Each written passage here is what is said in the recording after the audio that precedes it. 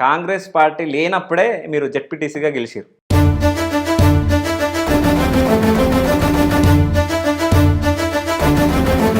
గవర్నమెంట్లో కాంగ్రెస్ పార్టీ ఉంది. సో ఎలా ఉంది ఇప్పుడు? లేసనే యువత కొరకు కెరటమై అస్తమేయ భాగ్యుల స్నేహమై దూకనే గర్జించిన సింహమై అడిగనే ప్రశ్నించే గొంతుకై. కాంగ్రెస్ ప్రభుత్వం రావాలని జనాలు ఓట్లేసిరా, లేకుంటే సింపతితో ఓట్లేసిరా, లేక గాలికి వచ్చిందంటారా? డబ్బులు లేకుండా రాజకీయాలను ఎట్లా చేస్తున్నారు మీరు? డబ్బులు లేకుండా రాజకీయాలు ఎట్లా చేస్తున్నామంటే 23లో జరిగిన ఎన్నికల్లో కూడా మీకు టికెట్ రావాలి కాంగ్రెస్ నుంచి ఎమ్మెల్యేగా. ఓకే. సో రావాలని కోరిక ఉండేనా మీకు? అంటే వస్తుంది అనుకున్నారా, రాదనుకున్నారా? మీరు ఎందుకు అప్లై చేయలేదు? జడ్పీసీ నేతను ఎమ్మెల్యే కావాలనుకోవడం పెద్ద తప్పేం లేదనుకుంటున్నాను.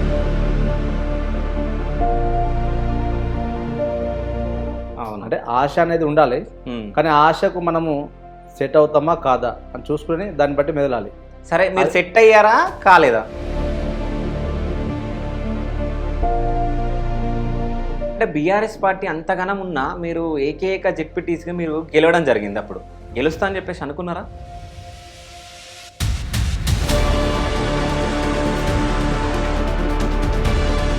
సో ఇప్పుడు జస్ట్ సర్పంచ్ నిల్చుంటేనే కొన్ని లక్షలు కోట్లు ఖర్చు పెడుతుంది. అవునా? సో జెడ్పీటీసీగా మీరు నిల్చున్నప్పుడు ఎన్ని పైసలు ఖర్చు చేశారు?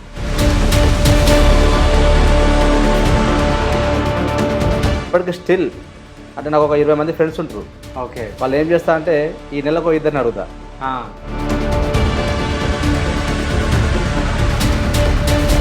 మీకు కేటీఆర్ ఫోన్ చేసి కోట్లు ఇస్తా అని చెప్పేసి వచ్చేయండి బీఆర్ఎస్కి అని చెప్పేసి అడిగారంట, నిజమేనా?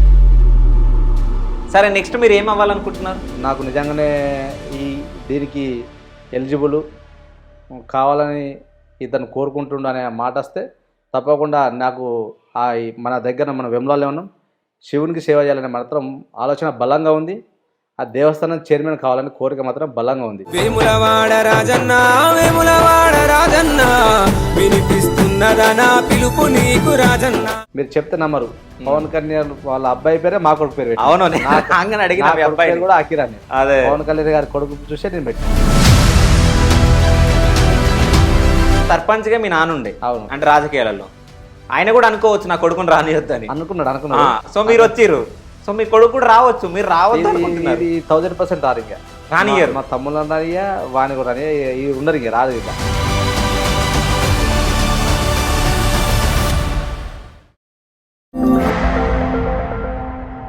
Hi, welcome to Aadhan. నేను మీ శివ చౌదరి. సో ఈరోజు మనతో ఉన్న గెస్ట్ ఎవరో కాదు, సో 2018లో జెడ్పీటీసీ ఎన్నికల్లో ఏకైక పర్సన్ కాంగ్రెస్ నుంచి గెలిచిన అభ్యర్థి మనతో పాటు ఉన్నారు. ఆయన ఎవరో కాదు, చందుర్తి మండల్ జెడ్పీటీసీ నాగం కుమార్ గారు. అన్న నమస్తే. అన్న నమస్తే. అన్న నమస్తే. ఎట్లున్నారన్న? బాగున్నా. మీరు ఎట్లున్నారు? సూపర్గా ఉన్నామన్నా. అన్న సో కాంగ్రెస్ పార్టీ లేనప్పుడే మీరు జెడ్పీటీసీగా గెలిచారు. అవునా? సో ఇప్పుడు గవర్నమెంట్లో కాంగ్రెస్ పార్టీ ఉంది. సో ఎలా ఉంది ఇప్పుడు ప్రెసెంట్? ఫైన్ అన్న, చాలా సంతోషం. ఆ రోజు 2019లో నేను జడ్పీటీసీ గెలిచిన తర్వాత ప్రభుత్వంలో మేము లేము. అప్పుడు అధికారంలో టీఆర్ఎస్ పార్టీ ఉండే, మేము ప్రతిపక్షంలో ఉండేవాళ్ళం. ఇప్పటికైనా కాంగ్రెస్ ప్రభుత్వాన్ని ఆదరించి ప్రభుత్వం చాలా సంతోషంగా ఉందన్న. ఓకే. అంటే కాంగ్రెస్ ప్రభుత్వం రావాలని జనాలు ఓట్లేసిరా, లేకుంటే సింపతితో ఓట్లేసిరా, లేక గాలికి వచ్చిందంటారా? గాలికనే మాట అవాస్తవం అన్న. ఓకే.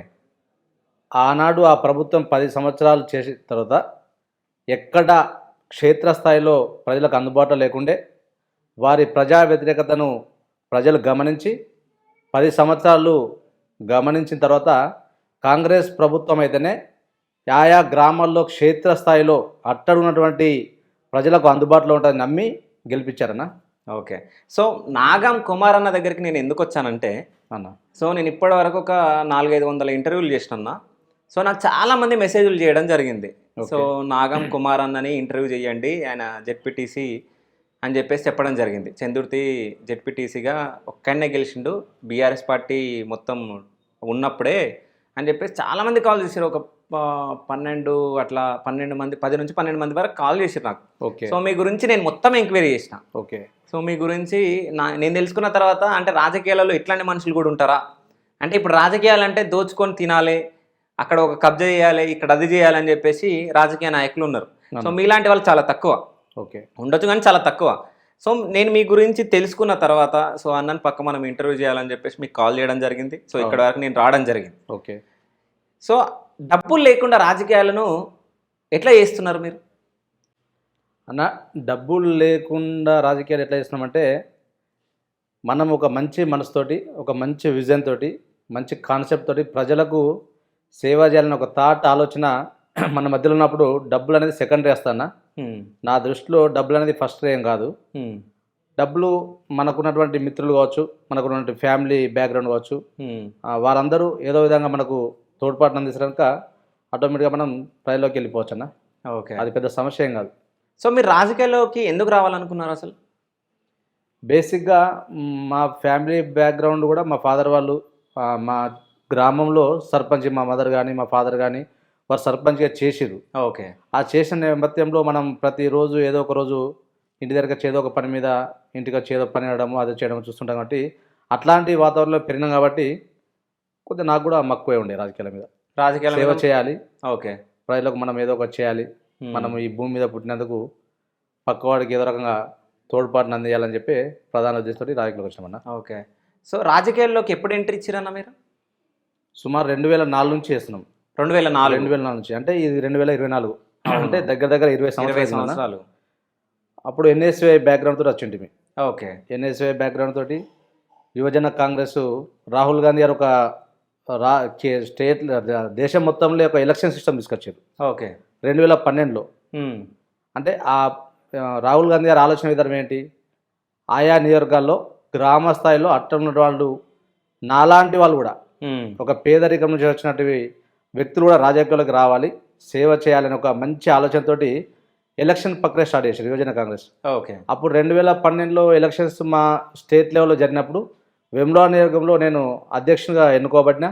ఇక్కడ అందరి ప్రజలందరి సహకారంతో ఆనాడు యువజన కాంగ్రెస్ అసెంబ్లీ అధ్యక్షునిగా ఉండినంట 2012లో. అప్పటి నుంచి ఇప్పటి వరకు 2012 తర్వాత ఆ రోజు మాకు యువజన కాంగ్రెస్ రాష్ట్ర అధ్యక్షుడు వంశీచంద్ర రెడ్డి గారు ఉండే.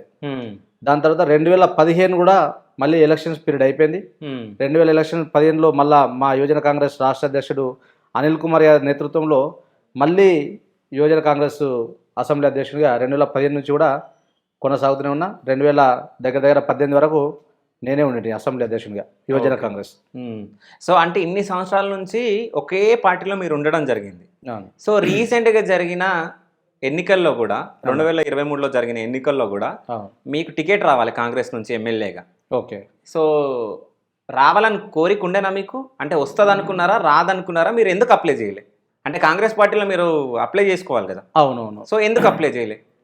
అంటే జనరల్గా ఏ రాజకీయ ఒక సర్పంచ్ ఉంటాడన్న, సర్పంచ్ అనే అతను ఎంపీటీసీ కావాలనుకుంటాడు.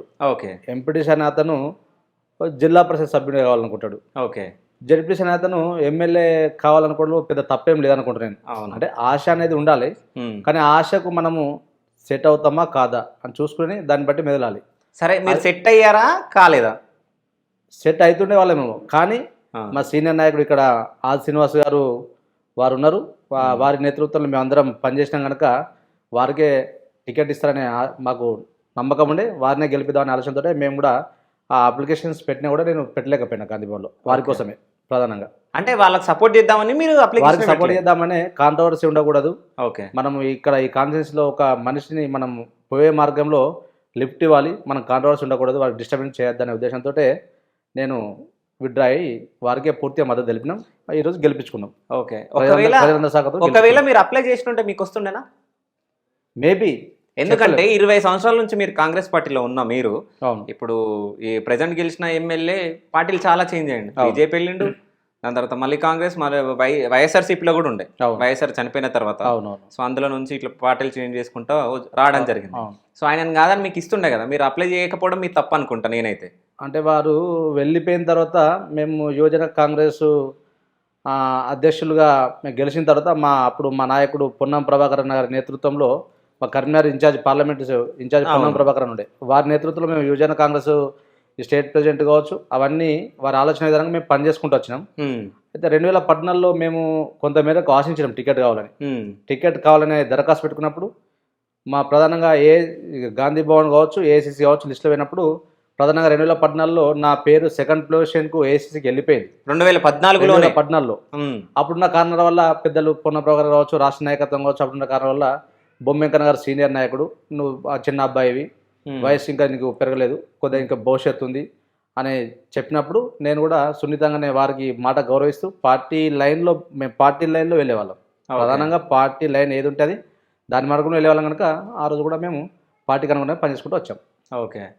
సో అంటే పార్టీ లైన్లోనే పనిచేద్దాం అనుకుంటారా, మీకు న్యాయం జరగాలనుకుంటున్నారా? ఎగ్జాక్ట్లీ పార్టీ లైన్లే ప్రయత్నం చేస్తాం, పార్టీ లైన్లే వెళ్తాం. ఎట్ ద సేమ్ టైం ఎవరైనా మనిషి ఆశావాహులే ఉంటారు, ఎవరి స్వార్థం వారికి ఉంటుంది. ఇంతకుముందు అన్నట్టు ఒక మెట్టు ఎదగాలని చూస్తారు, తప్పకుండా నాకు కావాల్సింది అడుగుతూనే ఉంటాం, కావాలనే కోరుతూ ఉంటాం, దానిలో తప్పలేదు. ఓకే. ఏడ మీరు కోరుకుంటలేరు కదా, మొన్న మీరు అప్లై చేసుకోవాలి, ఎమ్మెల్యేగా మీరు అప్లై చేసుకోవాలి, ఇప్పుడు మీరే అన్నారు అంటే వార్డ్ నెంబర్ నుంచి సర్పంచ్గా, సర్పంచ్ నుంచి జెడ్పీటీసీ, ఇట్లా మండలం, తర్వాత జిల్లా, దాని తర్వాత ఇట్లా అని మీరు అనుకుంటున్నారు.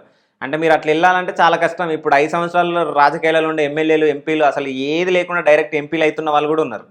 సో అట్లా ప్లాన్ చేసుకోవచ్చు కదా. అంటే ఎప్పుడు కింది స్థాయి నుంచి పోవాలనుకుంటే కింది స్థాయిలోనే ఉంచుతారని చెప్పేసి రాజకీయాలలో చాలా నిరూపిస్తున్నారు చాలామంది. ఓకే. సో ఇవన్నీ మనకు తెలిసి ఉండాలి కదా.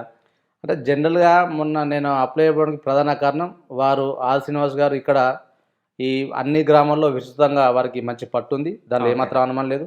వారికి పూర్తిగా గెలవాలి, వారు మంచి అంటే నాకు కూడా సొంతగా మా బాబాయ్ లాగానే ఫీల్ అవుతాయి. నాకు మా బాబాయ్ లాగానే ఉంటాడు, మాకు మంచి ర్యాప్ ఉంటుంది, మాకు మా ఫాదర్ లెక్కనే ఆయన కూడా, నాకు ఏం పెద్ద ఇబ్బంది లేవు. మిమ్మల్ని కొడుకులాగా ఫీల్ అవుతారు ఆయన కూడా, నేను కూడా ఆ విధంగానే బాబాయ్ లాగానే అనుకుంటాం. వారికి గెలుపులో మనం కూడా పాత్ర ఉండాలని చెప్పి ఆ రోజు నేను ఇవ్వకపోవడానికి ప్రధాన కారణం, గాంధీ భవన్లో అప్లికేషన్ ఇవ్వకపోవడానికి ప్రధాన కారణం అదే. లేదు మీరిద్దరు ఫస్ట్ మాట్లాడుకున్నారా, అంటే నాకు వస్తుందేమో నువ్వు అప్లై చేయకు అది ఇదని? లేదు లేదు లేదు లేదు వారికి వస్తుందని నాకు కూడా అనుకున్నా. ఆ క్రమంలో నేను డిస్టర్బెన్స్ చేయకూడదు అనే ఉద్దేశంతో నేను సైలెంట్గా ఉండిపోయినా. ఓకే. ఇంకొకటి నా జనరల్గా నా వ్యక్తిత్వం ఎట్లున్నట్టే ప్రధానంగా ఇంకొకరికి అంటే వారికి మంచి చేయకపోయినా చెడు చేయొద్దనే కాన్సెప్ట్ ఫస్ట్ నుంచి నేను అట్లే ఉంటాను. నాకున్న ఫ్యామిలీ బ్యాక్గ్రౌండ్, మా ఫాదర్ నేర్పించినటువంటి నేచర్ కావచ్చు, అదేవిధంగా అవతల వారికి మంచి చేయకపోయినా చెడు మాత్రం ఆ ధోరణిలో నేను పనిచేస్తూ ఉంటాను ఇప్పుడు. ఓకే. అంటే బీఆర్ఎస్ పార్టీ అంతగానం ఉన్నా మీరు ఏకైక జెడ్పీటీసీగా మీరు గెలవడం జరిగింది. అప్పుడు గెలుస్తా అని చెప్పేసి అనుకున్నారా? 100% జెడ్పీటీసీ గెలవబోతున్నా, గెలిచి తీరుతా అనే మాట మంచి నమ్మకంతో నేను ఆ రోజు పీక్ మూమెంట్, మీకు తెలియని పెద్దలు అంటే టీఆర్ఎస్ వేవ్ 2018లో ఎట్లా ఉంది, ఆ గాలి ఎట్లా ఉందో మీకు తెలుసు. కానీ ఒకనొక సందర్భంలో నాకు 19 గ్రామాలు ఉంటాయి. ఏదో ఒక గ్రామంకు, ఆ గ్రామంకు మన వెల్విషర్కు ఫోన్ చేసినప్పుడు అన్న నేను ఇట్లా పోటీ చేద్దాం అనుకుంటా జెడ్పీటీసీ అంటే వాళ్ళు నా మంచి కోరుకునే వాళ్ళే. వాళ్ళు పాపం ఎక్కడో భయపడి పాపం వీడు ఎక్కడ ఓడిపోతే బాగుండదు కావచ్చు, పాపం బాధపడతాడేమని చెప్పి నా మంచి కోరుకునే వాళ్ళే వద్దు బిడ్డ ఎందుకు గాలి మనది లేదు కదా చేయకనే మాట అన్నారు.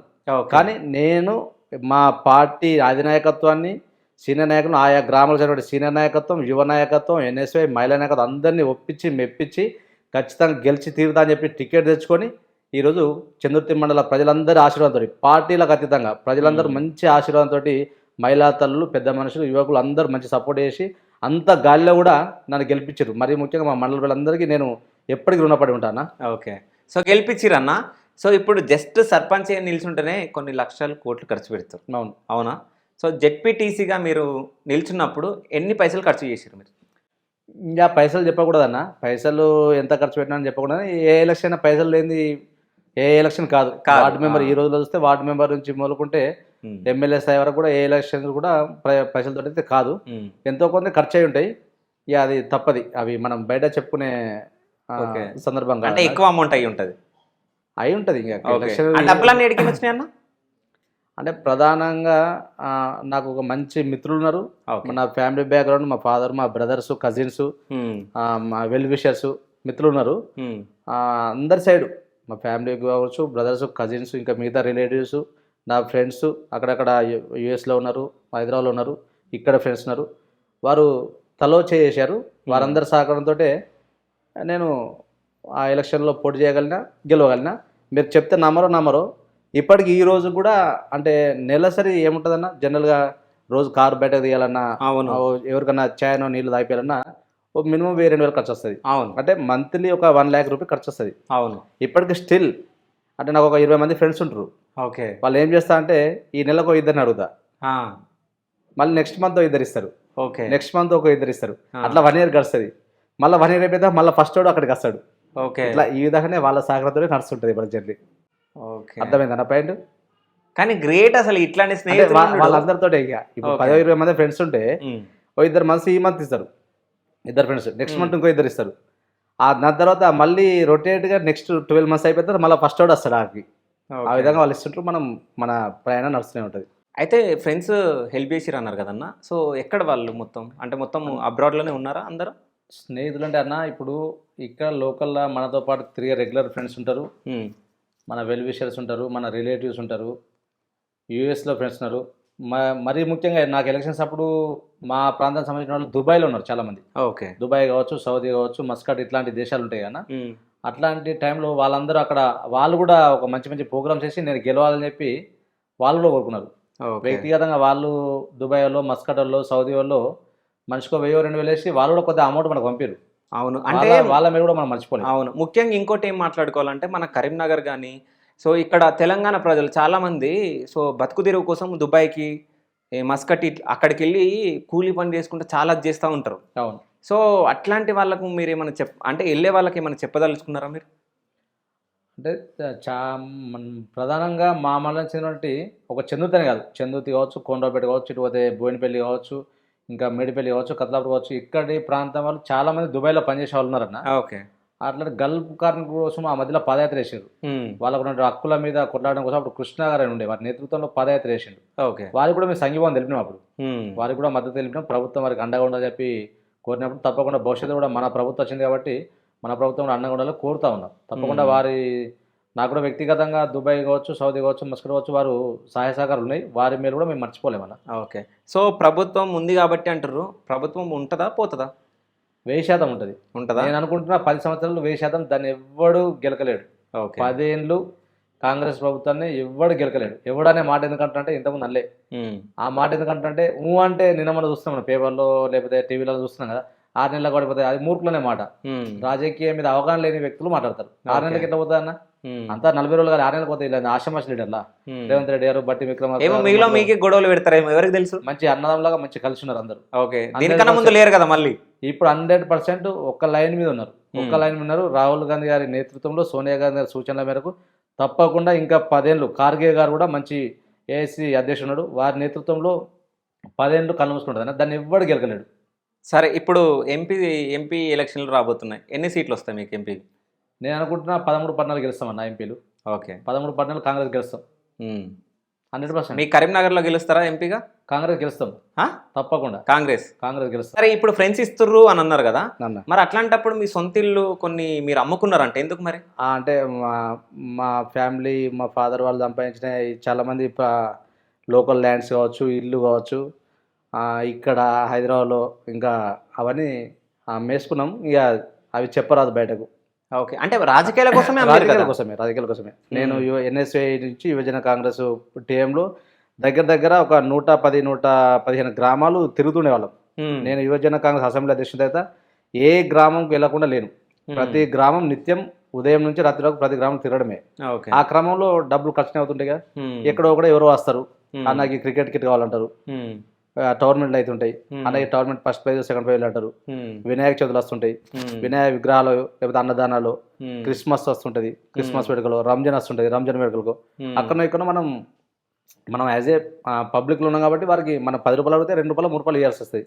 ఆ ఇచ్చే క్రమంలో ఉన్న ప్రాపర్టీ దగ్గర మంచి ప్రాపర్టీస్ అమ్ముకోగలిగాం. వాటితోనే ఇప్పటివరకు కొనసాగింది. సో ఏ ఎమ్మెల్యే చేయని ఇది కూడా మీరు చాలా చేయడం జరిగింది. అంటే కరోనా హయాంలో కానీ మీరు పాదయాత్ర చేయడం కానీ, సో పాదయాత్ర మీ కాంగ్రెస్ పార్టీ నుంచి ఎవరు చేయలే మీ దగ్గర, సో మీరు చేయడం జరిగింది పాదయాత్ర. సో పాదయాత్ర ఎందుకు చేయాలనుకున్నారు మీరు? అప్పుడు తెలంగాణ ఉద్యమంలో సకుల జిల్లా సమ్మె జరిగిన క్రమంలో కాంగ్రెస్ పార్టీ అధికారంలో ఉండే. అవును.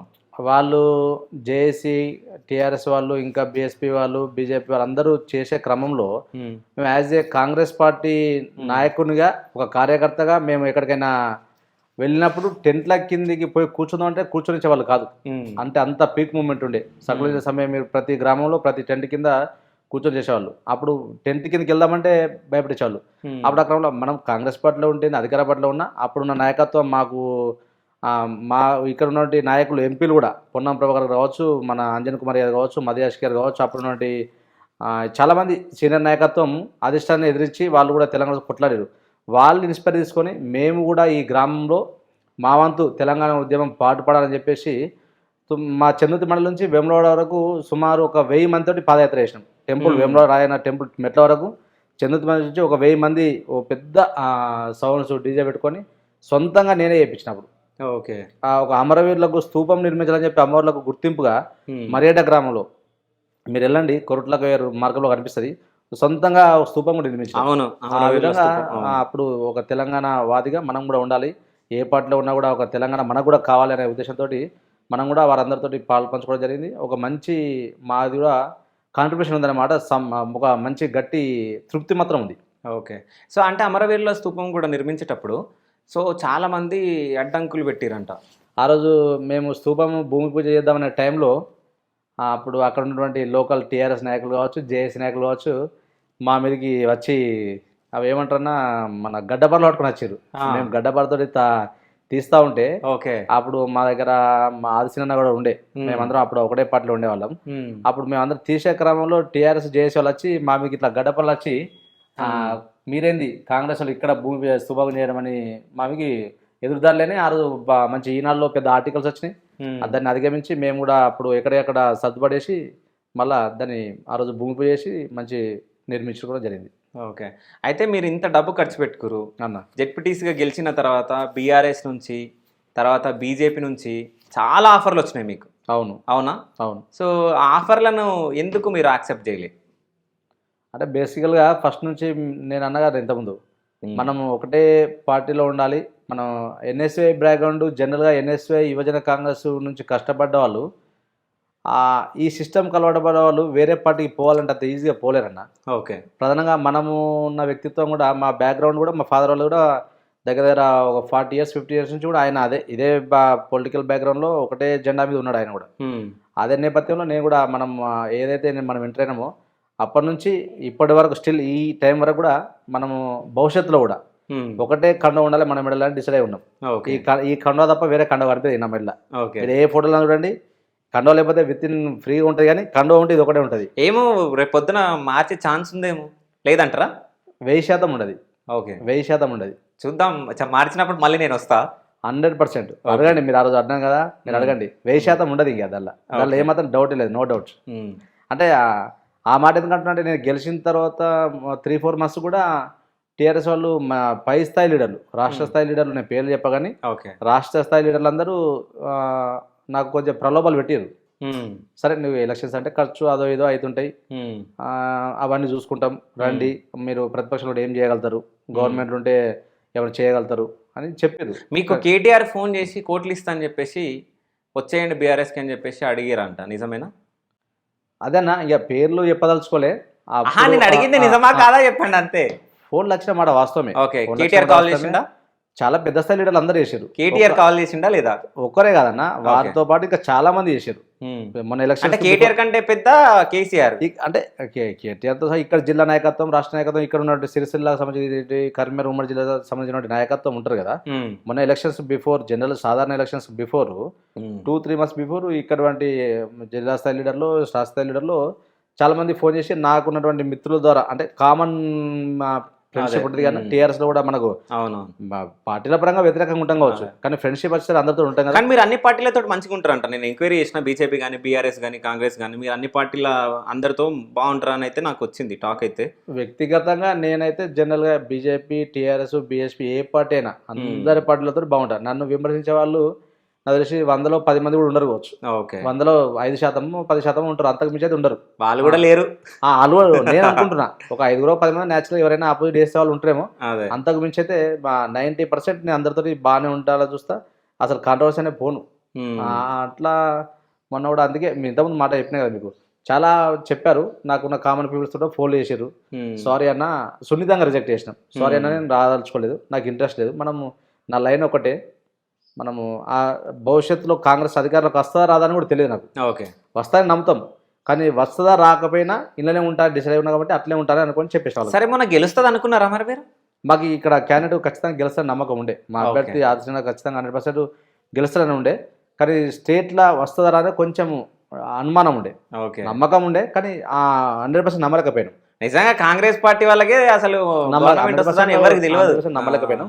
సరే, ప్రజలందరూ ఆశీర్వాదంతో దేవుని దయ వల్ల అటు రాష్ట్రంలో ప్రభుత్వం వచ్చింది, ఇక్కడ మనం గెలిచినాం కాబట్టి భవిష్యత్తులో ప్రజలకు కూడా మనం అందుబాటులో ఉండి సేవ చేయడానికి ఒక మంచి చక్కటి అవకాశం అయితే వచ్చింది. బీఆర్ఎస్ నుంచి ఆఫర్ వస్తే యాక్సెప్ట్ చేయలే, దాని తర్వాత బీజేపీ నుంచి వచ్చింది. వచ్చింది. అందులో కూడా నాకు మంచి మిత్రులు ఉన్నారు. ఓకే. అందులో కూడా మంచి మిత్రులు ఉన్నారు. వాళ్ళు కూడా ఫోన్ చేశారు. ఇక అసలు పోలింగ్ 10 రోజుల ముందు దాకా ఫోన్ చేశారు. మనకు పోలింగ్ అయితే ఎప్పుడు ఉంటుందో దానికి బిఫోర్ ఒక 1 వీక్ 10 డేస్ దాకా వాళ్ళు చేశారు, వీళ్ళు చేశారు. కానీ నేను సున్నితంగా అన్న కాదు, నాతో కాని పని, మర్చిపోయినా ప్లీజ్ అని చెప్పి సున్నితంగా రిజెక్ట్ చేసినాం. ఓకే. వాళ్ళని కూడా సో అంటే పైసలు ఇచ్చి కూడా రమ్మంటే రావట్లేదు కాబట్టి ఎట్లనన్నా ఇబ్బందులు పెడదాము, సో నాగం కుమార్ని అని చెప్పేసి అనుకొని మిమ్మల్ని ఏమైనా ఇబ్బందులు పెట్టిరా? మనది ఏమన్నా తెలిసిన పుస్తకం, మనం ఏమన్నా అక్రమంగా బిజినెస్లో వ్యాపారాల్లో ఇంకేమైనా చేస్తున్నామో మనం భయం. మనం ఫ్రీగా పొద్దున్న లేస్తే 7 గంటలకు కొన్ని పోయినా కూడా రాత్రి 12 అయితే ఇంటికి వచ్చే వరకు 24 hours తిరిగేటోళ్ళమే బయట. అంటే సుమారు ఒక 16-17 అయితే బయట తిరుగుతాం. రాత్రి కూడా 7 గంటలు 8 గంటలు ఇంట్లో ఉంటాం, అంతేగాని 16-17 గంటలు బయట తిరగడం. మనం ఎవరికి అన్యాయం చేయడం కాదు కదా, మనకేం భయం ఉంటుందన్న. సో ఇబ్బందులు ఏం పెట్టలే? ఇబ్బందులు పెట్టాలనుకున్నా కూడా మనకు ఆ ఛాన్స్ ఇవ్వలే వాళ్ళకు. అంటే మనము అటువంటి నేపథ్యం కాదు మనకు ఉన్నది. ఏమైనా ఇల్లీగల్ బిజినెస్లో అవి ఉంటే మనకేమైనా ప్రాబ్లం, అట్లాంటివి ఏం లేవు కదా. మనము డైలీ వారి కార్యక్రమాలు కూడా మన మిత్రులతోనే మన జీవన విధానం నడుస్తుంది కాబట్టి మనకు పెద్ద ప్రాబ్లం లేదు. ఓకే. ఒకవేళ జెడ్పీటీసీగా మీరు గెలవకపోయి ఉంటే ఎన్ని ఇబ్బందులు ఉంటుండే మీకు? ఇబ్బందులు ఉన్నా మనము అంటే ప్రజాసేవలు ఉండేవాళ్ళమన్నా. ఇబ్బందులు ఉన్నా కూడా మనం ఇక అంటే మనం లైఫ్ టైం ఇక డిసైడ్ అయిపోయి ఉన్నాం. ఒకసారి 2004-5 తర్వాత బయటకు వచ్చిన తర్వాత 2008-9 నుంచి ఇంకా ఫుల్ ఫ్లెడ్జ్ ఇక వేరే మనకు వేరే అసలు దృష్టి మధ్య మధ్యలో కొంచెం బిజినెస్ చేసేవాళ్ళం. రియల్ ఎస్టేట్ అది చేసినాం. చేసిన తర్వాత దాన్ని కాదని ఇంకా పక్కెట్టేసిన. సో రియల్ ఎస్టేట్ లో కూడా మిమ్మల్ని మోసం చేసిరంట కదా? రియల్ ఎస్టేట్లో కూడా మనకు చాలా కొద్ది ఇబ్బందులు జరిగినాయి. మనము నష్టపోయినాం, దానిలో నష్టపోయినాం. మనం ఫుల్ ఫ్లెడ్జ్గా దీనిలో ఉన్నాం కాబట్టి దానికి న్యాయం చేయలేకపోయినాం. కంప్లీట్గా దాన్ని కూడా అందులో కొద్దిగా ఇబ్బందులు చేసిన తర్వాత నష్టపోయిన తర్వాత దాన్ని కూడా వచ్చి ఎందుకు మనం కానీ వదిలేసి ఇక ఫుల్ ఫ్లెడ్జ్ అందరూ మన ఫ్యామిలీ మిత్రులు లేకపోతే మన మీలాంటి మిత్రులు అందరి సహకారంతో నడిపిస్తున్నాం. ఓకే. అంటే మీరు ఇంత మంచితనంతో ఉంటేనే వాళ్ళందరూ మోసాలు చేస్తారేమో, రేపు పొద్దున కాంగ్రెస్ పార్టీ కూడా మిమ్మల్ని మోసం చేస్తుందేమో, ఎవరికి తెలుసు? కాంగ్రెస్ పార్టీ అసలు మోసాలు లేదన్న. ఓకే. మీరు అందరూ ప్రజలందరూ అనుకుంటారు కానీ కాంగ్రెస్ పార్టీ నాలాంటి హార్డ్ కోర్ కార్యకర్తలకు 100% న్యాయం చేస్తుంది. ఈ రోజు కాకపోయినా రేపైనా 100% న్యాయం చేస్తుంది. ఎక్కడ కాంగ్రెస్ పార్టీ మోసం చేస్తున్న దాఖలు తెలియక అంటారు కానీ అట్లా జరగదు. కాంగ్రెస్ పార్టీ 100% నిజమైన కార్యకర్తలకు ఎందుకు మోసం చేస్తానా? ఏదో ఎలక్షన్స్ టైంలో లేకపోతే ఇప్పుడు అప్పుడు గెలిచిన తర్వాత వచ్చి షో చేసే వాళ్ళకు చేస్తారు. కానీ మనం ఆ షోలు మనం ఏమున్నా ఉన్నట్టే మాట్లాడుతాం. ఎవరితో మా ఎమ్మెల్యే గారైనా మా మాజీ మంత్రి మా మాజీ ఎంపీ గారు పొన్నం ప్రభాకర్, ఇప్పుడున్న మంత్రి పొన్నం ప్రభాకర్ కానీ శ్రీరావు గారు కానీ జీవన్ రెడ్డి గారైనా రేవంత్ రెడ్డి గారైనా ఎవరైనా వారితో ఉన్నట్టుగా ఫ్రీగా ఫ్రెండ్లీగా మాట్లాడుకునే వాతావరణం ఉంటుంది. మీద ఏమైనా ఉంటే మనసులోనే డైరెక్ట్ చెప్పేస్తాం వాళ్ళకి. అట్లా పెద్ద మాకు మోసం చేస్తే నేను అనుకోను. ఓకే. చేయదు కూడా. సో నెక్స్ట్ మరి మీకు ఎమ్మెల్యే టికెట్ ఇస్తుండొచ్చా? నెక్స్ట్ వచ్చే ఎలక్షన్లో ఇంకా 4-5 సంవత్సరాలు ఉంది. ఎమ్మెల్యే టికెట్ ఇస్తాని మనం ఎట్లా అంటామన్నా, ఆల్రెడీ మాకు సిట్టింగ్ ఎమ్మెల్యే మొన్ననే గెలిచి అంత 60 రోజులు కాలే. నేను ఒకటి చెప్తాను, చాలా మంది ఎమ్మెల్యే ఏమిచ్చినా మేము తీసుకొని నిల్చుంటే మాకు పేరు వస్తుంది అని చెప్పి చాలా మంది ఉన్నారు. రీసెంట్గా మీకు బీఎస్పీ పార్టీ నుంచి కూడా మీకు టికెట్ ఇస్తామని చెప్పేసి మీకు రావడం జరిగింది, అవునా? వచ్చినాయి కానీ నేను చెప్పినా కదా ఇంతకుముందు మనది ఒకటే లైన్ ఉంటుందన్న. అది టికెట్ రాకపోని లేకపోతే సామాన్య కార్యకర్తలాగా ఉన్నా కూడా ఒకటే కండోమి ఉండాలి ఉద్దేశంతో ఉంటున్నాం తప్ప ఇక వేరే పార్టీలు ఎవరు పిలిచినా పోలేము. ఇక పోము కూడా, అవసరం కూడా లేదు. ఇప్పుడు ఉన్నారు మా ఎమ్మెల్యే గారు అంతా 60 రోజులు కాలే, వారు విప్పు గారు ఉన్నారు, వారి నాయకత్వంలో పనిచేస్తామన్నా, అట్లా ఏం లేదు.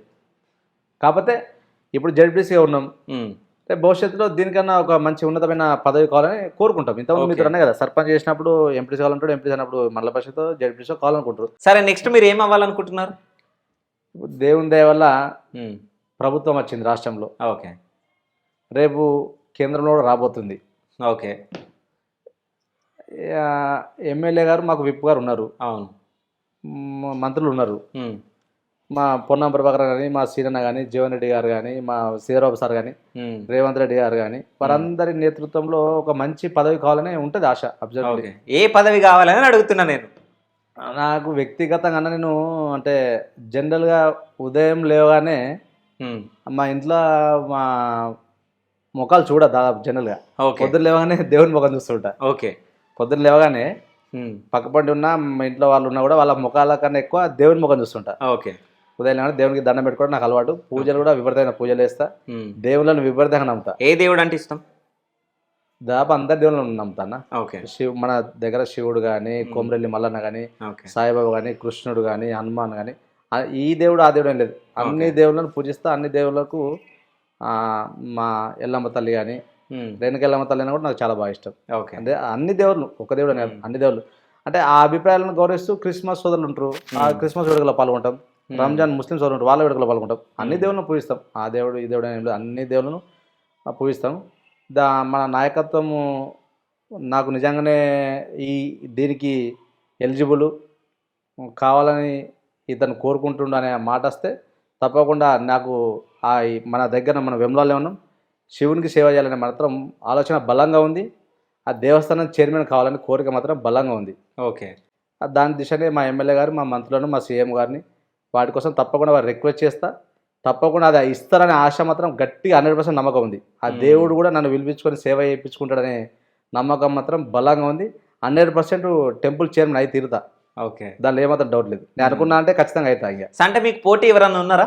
ఉంటారు, తప్పలేదు కానీ అలా ఓకే అందరు కాంగ్రెస్ పార్టీలో పనిచేసిన వాళ్ళు ఎవరైనా ఉంటారు. కానీ నేను వాళ్ళకన్నా ఎక్కువ ఒక మెట్టు ఎక్కువనే పనిచేసిన. వ్యక్తిగతంగా అన్నీ కోల్పోయినా, పార్టీ కోసమే పనిచేసిన. మిగతా వాళ్ళందరూ పనిచేసారు, చేయలేండిలే. వాళ్ళకు వివిధ రకాల సైడ్ బిజినెస్ వ్యాపారాలు వేసుకుంటారు. కానీ నాకు నో వ్యాపారం, నో కథ, ఫుల్ ఫ్లెడ్జ్ పాలిటిక్సే. ఫుల్ ఫ్లెడ్జ్ పాలిటిక్సే. ఉదయం నుంచి సాయంత్రం వరకు అదే పని ఉంటుంది. వేరే దేశం ఉంటుంది. తెల్లంగిలు వేసుకోవాలి, బయటకు పోయి తిరగాలి, ఊర్లో పండి ఎవరైనా ఎక్కడ ఇబ్బందులు ఉంటే వాళ్ళకి ఫోన్లు చేయాలి, వాళ్ళతో మాట్లాడాలి. ఎవరైనా చనిపోతేనో, పెళ్లిలో పెరట్లో అనుకుంటే వాళ్ళ కష్ట సుఖాలే పాల్పంచుకోవాలి. వాళ్ళకన్నా ఒక మెట్టు ఎక్కువనే పనిచేస్తాను నేను అనుకున్నా కాబట్టి 100% నేను దానికి ఎలిజిబుల్. నాకు నా వస్తాయని నమ్మకం ఉంది. వాళ్ళు కూడా పర్లేదు వీనికైతే ఓకే, వేరే వాళ్ళకి ఇస్తానని అర్థం ఇవ్వచ్చని కుమార్ ఆడుతుంటే పర్లేదు పైన కార్యకర్త, ఆడుకోరు కార్యకర్త, ఆయనకి ఇచ్చిన ఇబ్బందులు అని వాళ్ళు వ్యతిరేకించారు. ఓకే 100లో మా కాంగ్రెస్ పార్టీ నాయకత్వం నాకు తెలిసి 5% కూడా వ్యతిరేకించారు. సరే, ఒక 90% ఎలిజిబుల్ ఇవ్వచ్చు అంటారు. సరే, ఒకవేళ ఇప్పుడున్న ప్రెసెంట్ ఎమ్మెల్యేనే మీకు ఇవ్వకుండా చేస్తే మీరు ఏం చేస్తారు? ఆయన ఎట్లా ఇవ్వకుండా అవుతారు? ఆయన మా సొంత బాబాయ్ అని నేను ఫీల్ అవుతా. ఆయన 100% రాజకీయాలలో అన్నదమ్ములు, ఫ్రెండ్షిప్లు అవన్నీ ఉండవు. అదే తర్వాత ఇప్పుడు ఒక మనిషి తర్వాత సెకండ్ పర్సన్ ఎవరు, ఆ పర్సన్ ఎదగనీయకుండా చేసేటి చాలా ఉన్నాయి. ఎగ్జాంపుల్ మనం చూసినాం బీఆర్ఎస్ లో కానీ. ఇప్పుడు బీఆర్ఎస్ లో ఈటెల రాజేందర్ బయటికి రావడానికి కారణం ఏంది మనకు తెలుసు. అవును, కేటీఆర్ అంటే కేటీఆర్ నెక్స్ట్ రావాలన్నట్టు దానిపైన అందరికి తెలుసు జనాలకి, అవునా? సో ఇప్పుడు మీ దగ్గర కూడా మీ ఎమ్మెల్యే తర్వాత మీరే కనిపిస్తారు జనాలకు అందరికి. అదే మిమ్మల్ని రానియకుండా చేయొచ్చు. లేదు, అది తప్పు విషయము. అట్లా ఏం చేయరు. వారు ఏ విధంగా ఇక్కడ కాన్స్టిట్యున్సీ ప్రజల కోసం కష్టపడ్డారో మేము కూడా ఒక యువజన కాంగ్రెస్ లో పనిచేసేటప్పుడు అదే స్థాయిలో అన్ని గ్రామాల్లో తిరిగే ప్రయత్నం చేసాం. అన్ని గ్రామాల్లో యువజన కాంగ్రెస్ ను బలోపేతం చేసినాం. ఈ రోజు ఏ గ్రామంకి వెళ్ళినా, ఏ మండలానికి వెళ్ళినా, మండలానికి 10 మంది 20 మంది నాయకులను తయారు చేసినాం. యువజన కాంగ్రెస్ దాని మీద, ఆ రక్తం మీద ప్రతి మండలానికి 10 మంది 20 మంది నాయకులను తయారు చేసినాం మా నేతృత్వంలో. రాష్ట్ర స్థాయి ఆధ్వర్యంలో మాకున్నటువంటి రాష్ట్ర అధ్యక్షులు కావచ్చు, అటు అనిల్ కుమార్ యాదవ్ ఉండే, వంశచంద్రుడు ఉండే, ఇక్కడ పొన్నా ప్రభాకర్ ఉండే, ఇటు శ్రీరన్న ఉండే, వీళ్ళందరి నేతృత్వంలో ప్రతి మండలానికి 10 మంది తయారు చేసాం. ఈ రోజు యువజన కాంగ్రెస్ మండలాధ్యక్షులు ఉన్న వాళ్ళు, నేను ఇచ్చిన 4 లీటర్ ప్యాకెట్ ఇచ్చిన మండలాధ్యక్షులు వారు ఎంపీపీలుగా అయిన వాళ్ళు ఉన్నారు, ఎంపీటీసీలు అయిన వాళ్ళు ఉన్నారు, సర్పంచ్లుగా అయిన వాళ్ళు చాలా మంది ఉన్నారు. ఆ విధంగా పనిచేసినాం, పార్టీని బలోపేతం చేసినాం. ఎక్కడ మనం పార్టీకి చెడపేదేలే. నేను యువజన కాంగ్రెస్ అసెంబ్లీ అధ్యక్షుడు పనిచేసిన సుమారు 2012 నుంచి 18 అంటే 6-7 సంవత్సరాలు చేసినాం కన్నా. జనరల్గా మీకు తెలుసు, ఎన్ఎస్ఏయో యువజన కాంగ్రెస్ ఆర్గనైజేషన్లో హైదరాబాద్ లెవెల్లో, కరీంనగర్ లెవెల్లో, ఇంకెక్కడన్నా పెద్ద స్థాయి జిల్లా స్థాయిలో ఆర్గనైజేషన్ జరిగినప్పుడు ఏదన్నా పార్టీ ప్రోగ్రామ్స్ అయితే ఉంటాయి. ఫ్లెక్సీలు కట్టాలి, ఎవరైనా పెద్ద లీడర్ వస్తారు, వాళ్ళని ఇన్విటేషన్ కావాలి అంటే కాలేజీలలో, స్కూళ్ళల్లో కొంత ఫండ్ అడుగుతారు. నేను నాగంకుర అనే వాతావరణం ఏ ఒక్క కాలేజీలో, ఏ ఒక్క స్కూల్లో ₹1 అడిగిన బిల్ల ఎక్కడ లేదు. యువజన కాంగ్రెస్ పార్టీ పేరు చెప్పుకొని, కాంగ్రెస్ పార్టీ పేరు చెప్పుకొని ఎవరిని ₹1 అడిగిన సందర్భం లేదు. కేవలం మన ఫ్యామిలీ కజిన్సో, మా బ్రదర్సో, లేకపోతే నా ఫ్రెండ్సో, నా వెల్ విషయాలతోటే నడిచింది.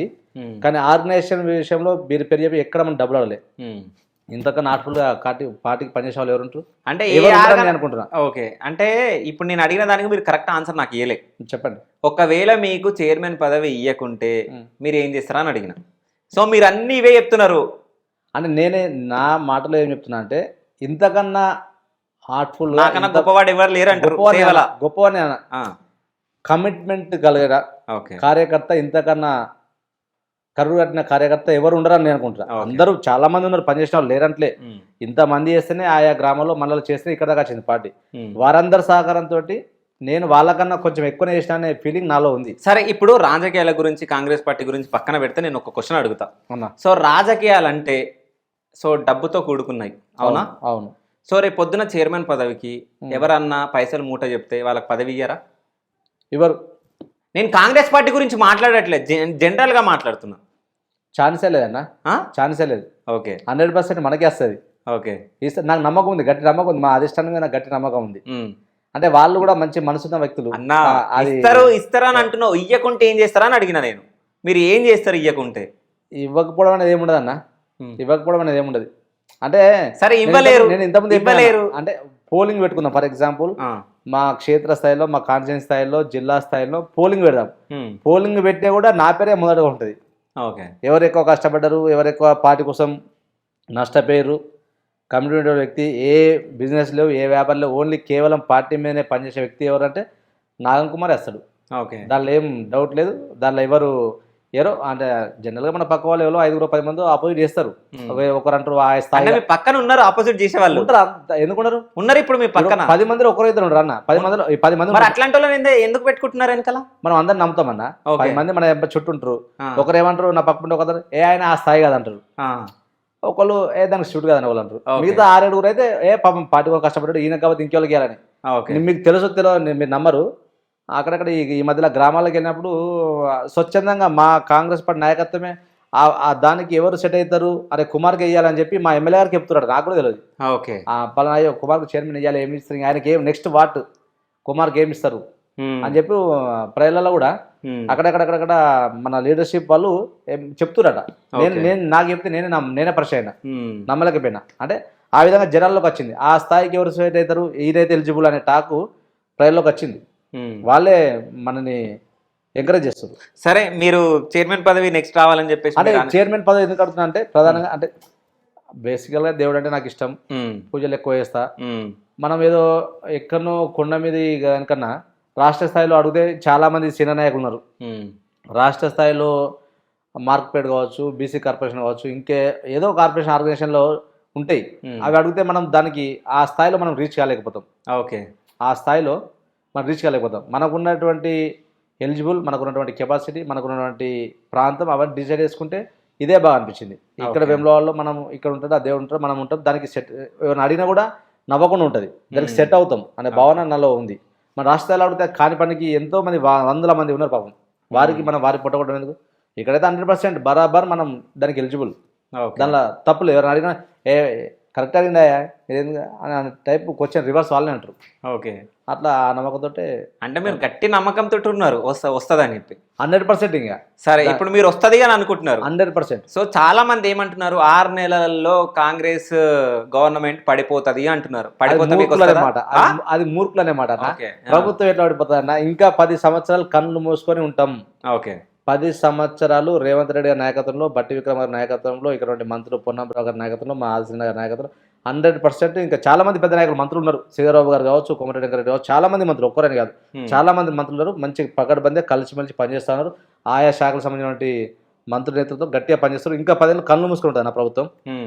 కూలిపోతున్న మాట అది మూర్ఖులు, తెలియని వాళ్ళు, రాజకీయం మీద అవగాహన లేని వాళ్ళు మాట్లాడే మాటలు తప్ప తెలిసిన వాళ్ళు మాట్లాడే మాట అయితే కాదు. సరే కాంగ్రెస్ పార్టీ హామీలు ఇచ్చిందన్న. సో రాగానే 30 రోజులలో నెరవేరుస్తామన్న తర్వాత ఉందా అన్నది ఇప్పుడు ఎంపీ ఎలక్షన్ల తర్వాత అని చెప్పడం జరుగుతుంది. జనాలకి ఏం హామీలు ఇచ్చినామో మమ్మల్ని గెలిపియండి ఎంపీలుగా తర్వాత చేస్తామని అంటున్నారు. అంటే మాట మారుస్తున్నారు కదా. ఎక్కడన్నా మనం అంత ప్రభుత్వం వచ్చి అంత 60 రోజులు కూడా కాలేదన్నా, ఈ రోజుకో రేపుకో 60 రోజులు అయింది. మీరు ఏమన్నారు 30 రోజులు అన్నారు, తర్వాత 100 రోజులు అన్నారు. అదే అవునా? తర్వాత ఇప్పుడు ఎంపీ ఎలక్షన్ల తర్వాత అంటున్నారు గెలిపిస్తే. అప్పుడున్నటువంటి రాష్ట్ర బడ్జెట్ అయింది, ఇప్పుడున్న రాష్ట్ర బడ్జెట్ అయింది, ఆ వనరులన్నీ సమకూరుస్తారు. ఈ మనమే ప్రధానంగా కాదు, మీకు అన్ని ముందే తెలుసు కదా, ఇంత తప్పు ఉంది తెలుసు. ప్రధానంగా వీళ్ళు కొద్దిగా ఆయా శాఖల మంత్రులు సెట్ కావాలంటే దానికి ఉన్నటువంటి సబ్జెక్ట్ మీద అవగాహన తెలుసుకోవాలంటే అది నేపథ్యంలో మనకు 60 రోజులు అయింది. సీనియర్లే ఉన్నారు కదా, అందరు సీనియర్లు ఉన్నారు. సీనియర్లు ఉన్నారు కానీ ఎంత సీనియర్లు ఉన్నా మనము లోడ్ బడ్జెట్ ఉండే ఆ లోడ్ బడ్జెట్ నుంచి ప్లస్లోకి రావాలంటే ఎంత కష్టం ఉంటే మీకు తెలుసు. ఒక ఇల్లు గడవాలంటే మనం ఇప్పుడు ఇంత అనుకున్నాం కన్నా ఒక ఇల్లు గడవాలి ఎంత ఉంటుందో అట్లా రాష్ట్రం గడవాలంటే దానికి ఉన్నటువంటి ఆర్థిక వనరులు అన్నింటినీ ఆ పరిణిలో తీసుకొని తీసుకురావడానికి కొంచెం ఇబ్బంది పడుతుంది. ఉమ్, కాబట్టి అంత 60 రోజులు కూడా కాలే కదన్న. ఉమ్, తప్పకుండా 60 లోపల కూడా బ్రహ్మాండమైన 6 గ్యారెంటీలు ఏవైతే అయిపోయారో 100% చేసి నిరూపిస్తారు. మా రేవంత్ రెడ్డి, బట్టి విక్రమార్క గారు వాళ్ళందరూ చేసి నిరూపిస్తారు. దానిలో ఏమాత్రం అనుమానం లేదు. మీరు ఎక్కడ అపోహ పడకండి. ఓకే. సో జనాలు పడుతున్నారు మరి. జనాలకు కూడా విజ్ఞప్తి చేస్తున్నా, జనాలు కూడా అక్కడక్కడ ఎవరైనా చెప్పిన వాళ్ళు ఉంటే మీరు నమ్మకండి. 100% 6 గ్యారెంటీలు ఏమైతే చెప్పినామో ఉమ్. 6 గ్యారెంటీలు 100కు 100 శాలు చేసి చూపిస్తారు 100%. సో ఆడవాళ్ళకు బస్ ఫ్రీ. సో First దీనివల్ల channel. ఆడవాళ్ళకి నిజంగా న్యాయం జరుగుతుందా? 100%. ఓకే. ఎందుకు న్యాయం జరుగుతుందన్నా, ఇప్పుడు మా ఊరికే ఏదైనా ఒక మహిళ ఇంటికి ఏదైనా సుమారు ఇప్పుడు ఫర్ ఎగ్జాంపుల్ మాది జోగాపూర్ గ్రామం ఉంది. ఆ జోగాపూర్ గ్రామం నుంచి వేములవాడ అంటే 12-13 కిలోమీటర్లు 15 కిలోమీటర్లు ఉంటుంది. ఎవరన్నా ఇంట్లో ఆ కొడుకో భర్తనో ఏదైనా పొలం పడుకోడుకో అబ్బాయి స్కూల్కో పోతుంటాడు, కాలేజీకో పోతుంటాడు, వాళ్ళు బండి లేదు ఈ పరిస్థితిలో ఉంటుంది. అట్లాంటి వాళ్ళకు నేరుగా ఒక ఆయిల్ ప్యాకెట్ కొనుక్కుందాం అనుకున్నా వెంబడికి వస్తారు మంచిగా బంగారం వాళ్ళు. ఇంట్లో పప్పులు ఉప్పులు కావాలంటే వెంబడికి వచ్చి కొనుక్కొని పోతారు. ఓకే. ఫ్రీగానే కానీ ఆ వెసులుబాటు అయితే కల్పిస్తాం కదా. ఓకే. బస్సులు ఎక్కువ లేవు కానీ ఒక్క బస్సులో 100 మంది ఒక 200 మంది నిలబడిపోవడము, ఫస్ట్ కొట్లాడుకోవడం, జుట్లు పట్టుకొని కొట్లాడుతున్నారు బస్సులలో ఆడవాళ్ళు తెలుసా? ఫస్ట్ ఒక వారం రోజులు 4 రోజులు 5 రోజులు ఇబ్బంది అన్నమాట. వాస్తవమే. దాన్ని పూర్తిగా పనిలోకి తీసుకున్నారు. అక్కడక్కడ ఎక్కడైతే బస్సు కొరత ఉందో వాటన్ని బస్సులు పెంచేసారు. ఇప్పుడు ఏమాత్రం అంత సాఫీగా జరిగిపోతుంది. హైదరాబాద్ అన్నా మంచిగా ఫ్రీగా పోతారు, ఎక్కడ ఇబ్బంది లేదు. మహిళల తల్లు అర్థం చేసుకున్నారు. ఒక 4 రోజులు ఇబ్బంది ఉన్నమాట వాస్తవమే. ఇప్పుడు ప్రశాంతంగా హైదరాబాద్ వరకు కూడా పోతారు మహిళలు. దానిలో ఏమాత్రం ఇబ్బంది లేనా. బాగుంది. సో బాగుంది. సో హామీలు ఎప్పటి వరకు నెరవేరుస్తారు కాంగ్రెస్ పార్టీ వాళ్ళు? నాకు తెలిసి ఇప్పుడు రేపు ఎల్లుండో క్యాబినెట్ మీటింగ్ ఉంది మళ్ళీ. ఈ మహిళా తల్లకు సిలిండర్ విషయంలో కావచ్చు, ఇంకా ఇవన్నీ ఏదైతే ఇంకా 6 గ్యారెంటీలు ఉన్నాయో తొందరలో అయిపోతాయి అన్న. నాకు తెలిసి ఇంకో 100 రోజుల గ్యారెంటీ చేస్తున్నారు. 100 రోజులు అన్ని ఫుల్ ప్లే చేస్తున్నారు. 100% పూర్తి నమ్మకం ఉంది మాకు. 100 రోజుల్లో చేస్తారు. నాగం కుమార్ అన్నని ఎవరన్నా మోసం చేసిరా ఇప్పటివరకు? మోసాలు అంటే మోసాలు ఏమిటాయన్న, వ్యక్తిగతంగా మోసాలు ఏం పెద్ద ఏం చేయలే అన్న. అందరూ బాగానే ఉన్నారు. అట్లా ఏం మోసాలు ఏం లేవు. అప్పు ఎంత ఉంది అన్నకి? ఉంటుంది అన్న, అప్పు ఎందుకు ఉంటుంది. ఇక పని చేసినప్పుడు మనం చెప్పినా కానీ ఇంతకుముందు వేరే వ్యాపారాలు కావచ్చు, ఇంత పెద్ద మనం బడా ఏమంటారు ఫ్యాక్టరీల కొడుకులో అట్లాంటి నేపథ్యం ఉన్నట్టు ఏమన్నా గ్రామీణ నేపథ్యం నుంచి వచ్చినటువంటి ఒక రైతు కుటుంబమే, వ్యవసాయ కుటుంబమే మాది. వ్యవసాయ కుటుంబం ఉన్నప్పుడు ఇప్పుడు ఖర్చులు ఎట్లా పెరిగిపోయినాయి మీకు తెలుసు. ఏ ఆర్గనైజ్ చేద్దామన్నా ఖర్చులే. ఆ క్రమంలో ఆర్గనైజ్ చేసే క్రమంలో తప్పకుండా అప్పులు అవుతాయి. ఎందుకన్నా అప్పులు ఉంటాయి. అప్పులు ఏమంటే అది చెప్తే కూడా మన మూర్ఖత్వం అవుతుంది. ఉంటాయి అప్పులు ఎందుకండి. సో అప్పులు ఉన్నాయి. ఉంటాయి. సో అంటే ఇట్లాంటి లీడర్ని నేను చాలా తక్కువ చూసినాను, నేను నిజం చెప్తున్నా. ఎందుకంటే సో అప్పులు ఉన్నాయి, చాలా బాధలు ఉన్నాయి, చాలా కష్టాలు ఉన్నాయి. కానీ నేను వచ్చేలోపు బయట మాత్రం చాలామంది జనాలు ఉన్నారు, యూత్ అందరు. అవును. సో వాళ్ళందరూ వచ్చారు. సో ఎందుకు వచ్చారు మీ దగ్గరికి? నేను జనరల్గా అందరితోటి చాలా ఫ్రీగా అంటే నాకు దగ్గర సుమారు 40 years ఉన్నా కూడా 17-18 సంవత్సరాల వాళ్ళతో కూడా చాలా ఫ్రీగా ఉంటా. 60 ఏళ్ళ తర్వాత బాపు అమ్మ అక్క అని పిలుస్తూ ఉంటా, తమ్మి అని పిలుస్తూ ఉంటా. అందరు నాతో చాలా ఫ్రెండ్లీ వాతావరణం ఉంటారు. అంటే వాళ్ళు నన్ను అర్థం చేసుకుంటూ వాళ్ళు నేను అర్థం చేసుకుంటా. ఉదయం నుంచి సాయంత్రం వరకు ఎప్పుడు నేను జనాలతోనే ఉంటా. జనాలతోనే మా అమ్మాయి పెద్దాం. మార్నింగ్ నుంచి ఇంటి దగ్గరికి ఎవరో వస్తుంటారు. మనం సరే కనీసం వచ్చిన వాళ్ళకి కనీసం అన్నం పెట్టలేకపోయినా కనీసం వచ్చిన వారికి ఛాయ్ తాగిపించడం, మర్యాదగా ఓ నీళ్ళు ఇవ్వడము, వచ్చిన వారికి ఛాయ్ తాగిపిస్తుంటాం. వారికి ఏమైనా మనతో అయ్యేది ఉంటే ఎవరికైనా ఆఫీసర్కో లేకపోతే ఎంఆర్ఓకో ఎంపీడీఓకో లేకపోతే ఏమైనా సివిల్ హాస్పిటల్కో అట్లాంటి వారికి ఏమైనా సూపరింటెండెంట్కి ఫోన్ చేయాలంటే ఫోన్లు కలుపుతాం, చేస్తుంటాం, మాట్లాడుతుంటాం. మంచి వాతావరణం ఉంటుంది అన్న. ఓకే. సో 2 క్వశ్చన్లు అడుగుతా, చెప్పండి. మీకు ఇష్టమైన పొలిటీషియన్ ఎవరు? ఇందిరాగాంధీ. ఓకే. ఇష్టమైన హీరో? హీరో మళ్ళీ వేరు, వాళ్ళ వారు కూడా ఇప్పుడు నేను నా 2 క్వశ్చన్లకు మీరు ఒకటి ఆన్సర్ ఇస్తారు అనుకున్నా. రాజకీయాలు వేరు, సినిమా రంగం వేరు. ఓకే. సినిమా రంగం వచ్చేసరికి నాకు పవన్ కళ్యాణ్ ఇష్టం. అందుకే అడిగిన నేను 2 పేర్లు మీరు చెప్తారని. ఇప్పుడు నాకు సినిమా వేరు, మళ్ళీ పవన్ కళ్యాణ్ వేరు. సినిమా రంగానికి వచ్చేసరికి పవన్ కళ్యాణ్ అంటే నాకు ఇష్టం. మీరు చెప్తే నమ్మరు, పవన్ కళ్యాణ్ వాళ్ళ అబ్బాయి పేరే మా కొడుకు పేరు. అవును, అడిగిన కూడా అకిరాని. కొడుకు కళ్యాణ్ గారి కొడుకు చూసే నేను పెట్టినా. ఓకే. అది సినిమా వరకే, రాజకీయ వేరు. మళ్ళీ అంటే రాజకీయాలకు పవన్ కళ్యాణ్ పనికిరాడంటారా? నేను అన్న ఆ మాట నేను తెలుసుకోలే. ఓకే. అది వారి వ్యక్తిగత అభ్యాసం. వారిలో కూడా మంచి టాలెంట్ ఉంటుంది. కానీ అక్కడ ఉన్న పరిస్థితులు, అక్కడ ఉన్న నేపథ్యం, అక్కడ ఉన్నటి ఆ రాష్ట్రానికి సంబంధించిన వ్యవహారం అన్న. సో పవన్ కళ్యాణ్ గారిని ఇష్టపడ్డారు కాబట్టి మీరు ప్రజారాజ్యం పార్టీలో కూడా పనిచేయడం జరిగిందంట? లేదు, తప్పు. పోలే, నేను పోలే. నాకు పవన్ కళ్యాణ్ గారు ఇష్టం ఉండే. వారు అప్పుడు పార్టీ పెట్టినప్పుడు కూడా వాళ్ళకి సపోర్ట్ చేస్తూ తిరగలేదా మీరు? లేదు. నాకు అక్కడ ఉన్నటువంటి ఆర్గనైజేషన్ సంబంధించినటువంటి పవన్ కళ్యాణ్ ఫ్యాన్స్ వాళ్ళు చెప్పారు, రమ్మన్నారు. కానీ అన్ననే అది సినిమా వరకే, మ్మ్. రాజకీయాలకు సంబంధించినది వేరు. రాజకీయాల్లో ఫస్ట్ నుంచి మనం ఇదే కండువా మీద ఉన్నాం, కాంగ్రెస్ కండువా మీదనే అట్లే ఉంటామన్నా, ఎటు రాము అని చెప్పేసి అప్పుడు కూడా తిరస్కరించడం. ఓకే. అప్పుడు కూడా నేను ఎటు పోలే. పవన్ కళ్యాణ్ అంటే ఎందుకు ఇష్టం మీకు? ఏమో అన్న, ఇక అది సినిమా ఆయన చూస్తే అట్లా కొద్దిగా ఇన్స్పైర్ అనిపించింది. ఓకే. అంటే జనరల్గా వారి వ్యక్తిత్వం కూడా చాలా సాఫ్ట్ వ్యక్తిత్వమే. అంటే మనం అక్కడక్కడ ఫేస్బుక్లో పేపర్లో చూస్తుంటాం కన్నా, వారు 10 రూపాయలు ఉంటే 5 రూపాయలు 6 రూపాయలు ఖర్చు పెట్టే వ్యక్తిత్వమే. సేమ్ నా పరిస్థితి కూడా అదే. నా జేబులో 10 రూపాయలు ఉన్నాయంటే 2 రూపాయలు చాలు, 8 రూపాయలు ఖర్చు పెట్టేస్తా. నాకు 10 రూపాయలు ఉంటే 10 రూపాయలు ఉన్నది చూడ, 2 రూపాయలు ఉంచుకుంటా. ఆ 2 రూపాయలు ఇంట్లోకి దేనికో కూరగాయలకో మార్కెట్లకో దీనికో పనిచేస్తే 8 రూపాయలు బయటకే ఖర్చు పెట్టాలనే చూపిస్తాం. ఆ తాపత్రమే వారిది కూడా అట్లాంటి నేచరే అనిపించింది నాకు. ఓకే. అందుకే ఇష్టపడ్డా, బహుశా అదే ప్రధానంగా ఇష్టపడ్డా. ఓకే. సో మీ అబ్బాయికి కూడా వాళ్ళ అబ్బాయి పేరు పెట్టడం జరిగింది. అవునవును. సో ఎప్పుడన్నా మీ అబ్బాయి మిమ్మల్ని అడగడం జరిగిందా, అంటే నాకు ఈ పేరు ఎందుకు పెట్టినావు అని? తెలుసు, వాడికి కూడా తెలుసు.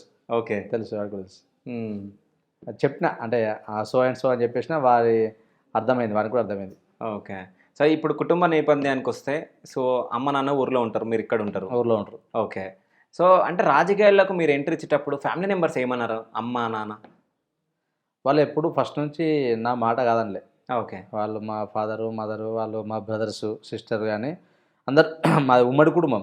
బేసికల్గా మా ఫాదరు వాళ్ళిద్దరు, మా ఫాదరు మా బాబాయ్, మాకు 2 బ్రదర్స్, వాళ్ళు 2 బ్రదర్స్, మాకు సిస్టర్ వాళ్ళకు సిస్టర్, అంటే సుమారు దగ్గర 6 మెంబర్స్ మేము ఫ్యామిలీ.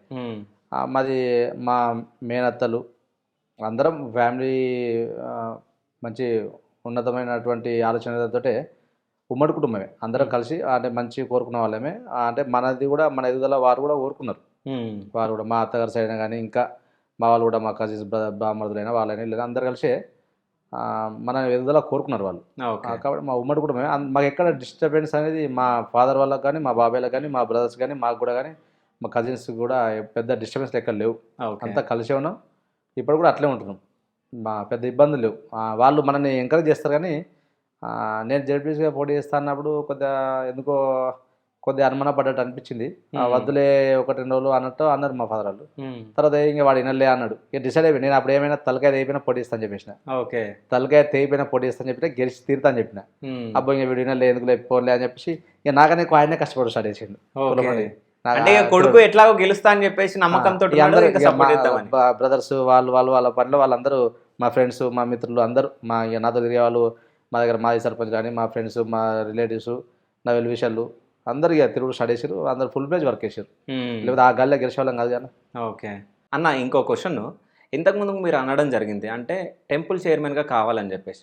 చాలామంది పొలిటికల్ లీడర్లు ఏం అడుగుతారు అంటే ఎంపీ గానో ఎమ్మెల్యే గానో ఈ మంత్రి పదవి సంథింగ్ అడుగుతారు. అంటే మీరు టెంపుల్ది ఎందుకు అడుగుతున్నారు? నా ప్రధానంగా అంటే ఈ శివుడు అనే వ్యక్తి దక్షిణ కాశీగా ఒక పేరు గాంచాడు. ఈ శివుడు పూజించిన వాళ్ళు ఒక అట్టడు ఉన్నటువంటి స్థాయి వాళ్ళే, చిన్న స్థాయి నుంచి గరీబుల నుంచి పెద్ద స్థాయి వాళ్ళకు పూజిస్తారు. ప్రధానంగా శివుడు అనేసరికి మారుమూల వరంగల్ ప్రాంతంలో మారుమూల గ్రామాలు చేస్తుంటారు, ఒక మహారాష్ట్ర నుంచి వస్తారు, ఒక పూణే నుంచి వస్తారు, ఎవరైనా అమెరికా పోయినా దుబాయ్ పోయినా అట్లాంటి వ్యక్తులు కూడా వచ్చినప్పుడు విజిట్ చేసిపోతారు, దేవునికి దండం పెట్టుకొని పోతారు. దుబాయ్ పోయిన వాళ్ళు వస్తారు. ఇట్లాంటి ఒక వాతావరణం, ఒక శివుడికి సంబంధించినటువంటి నేపథ్యం మేము కూడా మా ఇలవెలుపు లాంటిదే శివుని పూజించాలని మేము కూడా చిన్నప్పటి నుంచి ఉంది. వాటిని ఇక్కడ ఈ రాష్ట్ర స్థాయి ముఖ్యమంత్రి గారు, ఇక్కడ ఎమ్మెల్యే గారు, మంత్రులు, పొన్నప్రభు గారు వారి సహకారంతో ఈ దేవాలయాన్ని నిర్మించుకోవాలని ఒక మంచి సంకల్పం ఉంది. అటు పోతే యాదాద్రి ఎంత బాగా చేశారన్నా, ఆ స్థాయిలో మన శివుని టెంపుల్ చేయాలని ఒక మంచి, ఇక్కడ మురుగునీరు సమస్య ఉంది. ప్రధానంగా వేములవాడలో ఒక మురుగునీరు అనే వాతావరణం ఉంది. దాన్ని అన్ని తొలగించాలి, ఒక మంచి అట్మాస్ఫియర్ చేసే విధంగా. సుమారు ఎటు చూసినా ఒక 100 కిలోమీటర్లు వచ్చే విధంగా రహదారులు కావచ్చు, అట్లాంటివన్నీ పునర్నిర్మించాలని ఒక మంచి ఆలోచన ఉంది. దానికి సేవ చేయాలని ఆలోచన ఉంది. అయితే వేములవాడ టెంపుల్ గురించి మాట్లాడుకుంటే నేను వెళ్ళడం జరిగింది చాలాసార్లు. అంటే కొంచెం ఇరికిరికని ఉంది. అంటే గ్రౌండ్ ఉంది, ఆ గ్రౌండ్ మొత్తం అంటే పార్కింగ్ లాగా, అంటే పార్కింగ్కి యూజ్ చేస్తున్నారు గ్రౌండ్. అది మొత్తం టెంపుల్కి, అంటే టెంపుల్ని కొంచెం విస్తీర్ణం చేయొచ్చు కదా. చేయొచ్చు. అప్పుడున్న ప్రభుత్వాలు వాస్తవంగా దృష్టి పెట్టలే. ఏటా 100 కోట్లు ఇస్తానే అప్పటి ముఖ్యమంత్రి కేసీఆర్ చెప్పారు, 100 కోట్లు కదా, ₹1 కోటి ఇవ్వాలి. ఈ మధ్యలో మన సీఎం గారు రేవంత్ రెడ్డి గారు వచ్చిన తర్వాత 2 రోజుల క్రితం 20 కోట్లు రిలీజ్ చేశారు. ఇట్లా సంవత్సరానికి 100 కోట్లు రిలీజ్ చేస్తే బ్రహ్మాండంగా యాదగిరిగుట్ట లెవెల్లో, ఆ లెవెల్లో మనం ఈ టెంపుల్ మంచి బ్రహ్మాండంగా చేసుకోవచ్చు అన్న. ఓకే. అంటే ఇప్పుడు వేములవాడ టెంపుల్లో భక్తులకు ఏమైనా ఇబ్బందులు ఉన్నాయా? భక్తులకు వాస్తవంగా ఉన్నట్టు చెప్పాలంటే ఇబ్బందులు ఉన్నాయి, లేదనే మాట మనం చెప్పలేము. ఇబ్బందులు పోవాలంటే ఒక తిరుమల తిరుపతి దేవస్థానం విఐపీలు వచ్చినప్పుడు ఇక్కడ మనకి ఏమవుతుందన్న మంత్రుల్లో లేకపోతే ఎమ్మెల్యే స్థాయిలో లేకపోతే ఇంకేమైనా విఐపీ ఆఫీసర్లు వచ్చినప్పుడు కొద్దిగా భక్తులకు ఇబ్బంది కలుగుతుంది. ఆ ఇబ్బంది పోవాలంటే తిరుమల స్థాయిలో బ్రేక్ దర్శనం రావాలి ఇక్కడ. ఓకే, బ్రేక్ దర్శనం వస్తే అప్పుడు విఐపీలు వచ్చిన ఆ బ్రేక్ దర్శనం వెళ్ళిపోతారు. అట్లాంటి చిన్న స్థాయి వాళ్ళు భక్తులకు ఇబ్బంది కలదు. అట్లాంటి వాతావరణం రావాలన్న భవిష్యత్తులో. అట్లాంటి వాతావరణం వస్తే బాగుంటుంది. ఒకవేళ మీరు చైర్మన్ అయితే మీరు ఏమేం చేస్తారు? చెప్పిన కన్నా ప్రభుత్వ సహకారంతో ఇక్కడ ఉన్నటువంటి ఎమ్మెల్యే గారు మంత్రి గారి సహకారంతో తప్పకుండా టెంపుల్ యాదగిరిగుట్ట లెవెల్లో తీసుకుపోవాలన్న. ఒక మంచి అట్మాస్ఫియర్ వల్ల భక్తులకు ఎక్కడ ఇబ్బంది కలగకుండా, భక్తులు ఏ విధంగా పాపం వాళ్ళు ఇక్కడికి వచ్చి బోనాలు చేస్తారు, లేకపోతే బద్దిపోషమ్మ తల్లికి మొక్కుతారు. వాళ్ళ మొక్కులు చెల్లించుకోవాలంటే చాలామంది ఒక్కొక్కరు 3-4 గంటలు వారికి ఎవరు టెంపుల్లో పరిచయం లేకపోతే 4 గంటలు 5 గంటలు లైన్ పట్టే పరిస్థితి. అట్లాంటి వాళ్ళకు కీడు కలగకుండా వాళ్ళకు మేలు చేయాలన్న. అది చేయాలంటే బ్రేక్ దర్శనం అనేది తిరుమల తిరుపతి దేవస్థానం ఎక్కడ తిరుపతిలో వేస్తారో ఆ టైంలో వేస్తే ఇటు విఐపీలది ఒక సెక్షన్ అయిపోతుంది, ఇటు సామాన్య భక్తులది ఒకలా సెక్షన్ అయిపోతుంది. కాబట్టి అప్పుడు ఇబ్బంది కాదు, ఆ లెవెల్లో వేయాలన్న. రాజకీయాలకు వచ్చినాక ఎప్పుడన్నా బాధపడ్డారా మీరు? అంటే ఇట్లున్నాయింది రాజకీయాలు అది ఇది అని. బాధపడ్డాను, చాలా బాధపడతాం. ఎందుకు బాధపడ్డా, ఇప్పుడు మీదికి తెల్లంగి తెల్ల ప్యాంట్ కథలు వేసుకున్నా కూడా లోపల మన ఆకలి బాధ మీకు కనిపిది కానీ. అవును, ఇప్పుడు లోపల నాకు ఆకలి అవుతుంది, మీకు కనిపిస్తుందా? అదే, అట్లాంటి ఎన్నో స్ట్రగుల్స్ ఉంటాయి. అసలు కడుపు మార్చుకున్న రోజులు చాలా ఉంటాయి. మనము 20 ఏళ్ళ జీవితంలో మనం ఒక పూట తిన్న రోజులు, ఒక పూట తిన్నవి చాలా రోజులు ఉంటాయి. అట్లా రాత్రిపూట తినే రోజులు చాలా ఉంటాయి. కొన్ని సందర్భాల్లో మనం ఒక పనికి వెళ్తుంటాం, ఒక ప్రోగ్రామ్కి వెళ్తాం, ఉదయం వెళ్ళిపోతాం. వాళ్ళను విడిచిపెట్టలేం, కట్ చేయలేం, లోపల ఆకలి అవుతుంటుంది. కానీ అవతల వాళ్ళకి ఇబ్బంది కలగద్దు, మన కడుపు మార్చుకోయినా అవతల వాళ్ళకి ఇబ్బంది కలగద్దు అనే టైప్లో మనం ఆలోచిస్తాం. కాబట్టి అట్లా చాలా సందర్భాల్లో బాధపడి ఉంటాయి. కానీ మనం ఒక ఉన్నతమైన లక్ష్యంతో, ఉన్నతమైన మన గోల్ అంబిషన్ ఉంది కాబట్టి ఆ లెవెల్నే మనం ఉండేవాళ్ళం. అట్లనే స్ట్రగుల్స్ ఉంటాయి అన్న, 100% స్ట్రగుల్స్ ఉంటాయి. స్ట్రగుల్స్ లేవనే మాట మనము లేవంటే తప్పవుతుంది. 100% ఉంటాయి స్ట్రగుల్స్. ఎందుకంటే ఉదయం నుంచి మనం కార్లో డీజిల్ అయిన డబ్బులు కావాలి, లేకపోతే మిత్రులకు చేద అయిపోయిన డబ్బులు కావాలి, ఫైనాన్షియల్ స్ట్రగుల్స్ ఉంటాయి, వ్యక్తిగత స్ట్రగుల్స్ ఉంటాయి. ఇంటికి వచ్చేసరికి ఫ్యామిలీ వారల్లో అయ్యో మా ఇంట్లో ఉండలేడు అని వాళ్ళ ఇంట్లోతో ప్రాబ్లమ్స్ ఉంటాయి. అవన్నీ మేనేజ్ చేసుకుంటూ సాఫీగా వెళ్ళిపోవాలి. సరే, ఇప్పుడు మిమ్మల్ని ఒక క్వశ్చన్ అడగాలనుకుంటున్నాను. ఇంతకుముందు మీరు చెప్పడం జరిగింది, అంటే నాకు రోజు ఈ అంటే పెట్రోల్ కానీ డీజిల్ కానీ, సో దీనికి ఈ ఖర్చులు ఉంటాయి అవి ఉంటాయి అని చెప్పి, ఇవన్నీ మీ ఫ్రెండ్స్ ఇస్తారని చెప్పేసి చెప్పడం జరిగింది. ఒకవేళ ఎప్పుడన్నా మీ ఫ్రెండ్స్ ఇవ్వకుండా ఉన్న రోజులు ఉన్నాయా? ఎప్పుడన్నా అంటే లేవురా సంథింగ్, ఇప్పుడు ఫ్రెండ్స్ సర్కిల్ రా అదే అనుకుంటారు కదా, అంటారు. సో అట్లా ఇక అంటే లేవంటారు. చాలాసార్లు మనం మిత్రులను అడిగినప్పుడు ఒకసారి లేవు, ఒకసారి ఉన్నాయి పంపుతున్నా చేస్తా అంటారు. ఒక్కొక్క సందర్భంలో నాకు వెరీ నియరెస్ట్ ఫ్రెండ్స్ ఉంటారు కదా, కానీ బరాబర్ అడుగుతాయి, ఇంకా ఖచ్చితంగా కావాలరా అంట. వాడు తప్పలే విడిచిపెట్టాలి అని పంపిస్తారు. ఇక సరే, ఇప్పటి వరకు ఫ్రెండ్స్ ఎంత సహాయం చేయొచ్చు? చాలా ఉన్నాయన్న, చాలా ఉన్నాయి, చాలా ఉంటాయి. సో వాళ్ళ రుణం ఎట్లా తీర్చుకోవాలనుకుంటున్నారు మీరు? అవకాశం వచ్చినప్పుడు వాళ్ళకి ఏదైనా మనం సహాయం చేయడం. ఇంకా వాళ్ళకు అంటే వాళ్ళు ఆర్థికమైన సహాయం అయితే కోరుకోరు, వాళ్ళంతా మంచి సెటిలే. ఓకే, వ్యక్తిగతంగా వాళ్ళకి ఏమైనటువంటి ఏమైనా ఇబ్బందులు లేకపోతే ఇంకేమైనా వచ్చినప్పుడు వాళ్ళ కష్టాలు మనం ఏమైనా పాలు పంచుకోవడం. ఇంకా అంతకుమించి. సో అంటే మీ లైఫ్ లాంగ్ మొత్తంలో గుర్తుపెట్టుకోవాలి అనే 3 పేర్లు ఏమైనా ఉన్నాయా? 3 పేర్లు చెప్పండి, వాళ్ళ పేర్లు రివీల్ చేయండి. ఇక అట్లా చెప్తే బాగుండదు అన్న, చాలా మంది ఉంటారు. అంటే వేరే వాళ్ళు ఫీల్ అవుతారంటారా? అట్లా చాలా మంది ఉంటారు. అట్లా ఏం లేదు, ఫ్రెండ్స్ చాలా మంది ఉన్నారు, ఒకళ్ళు ఇద్దరు అనేది చాలా మంది ఉన్నారు. అందరూ మంచి కోరుకునే వాళ్ళే నాకు, అట్లా ఏం లేదు. ఇంకా నన్ను ఇంకో 20 years వాళ్ళే తాపుతారు, ఇంకో 20 సంవత్సరాలు వాళ్ళే నన్ను పోషిస్తారు.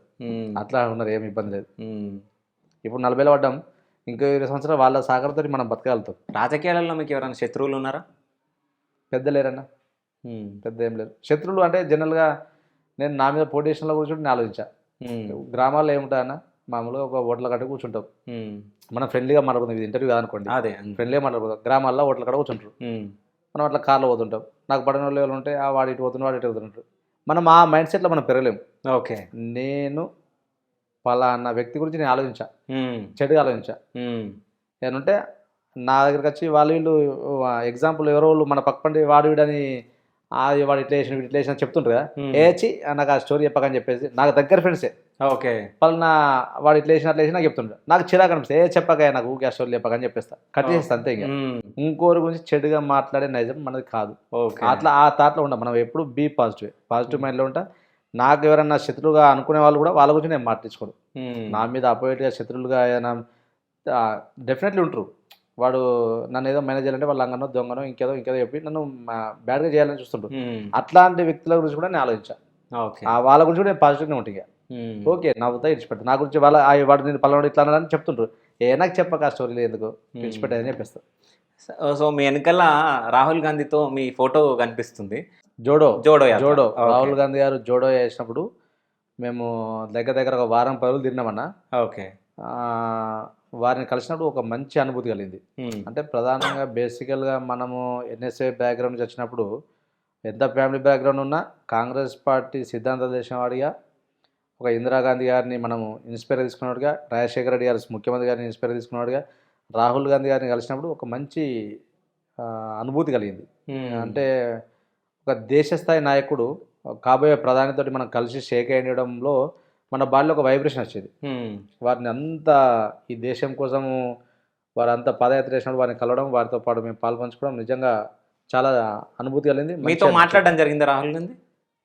మనతో మాట్లాడేంత అంత ఉండదన్న. వారు ఆ స్థాయి లీడరు మన స్థాయి లీడర్తో మాట్లాడుతుండే కానీ మనం అప్పుడు నేను ఒక భగవద్గీత ఇచ్చిన ఓకే. అదే కనిపిస్తుందా? చూశారు. అదే భగవద్గీత అని కూడా మీరు చూశారు కదా? అదే అదే. అంటే మన దేవుడి మీద అంత అప్పటి నుంచి దేవుడి మీద మనం కొంచెం ఆ మోటివేటివ్ ఉండేవాళ్ళం. ఓకే. చూసిండు దాన్ని ఇట్లా చూసిండు.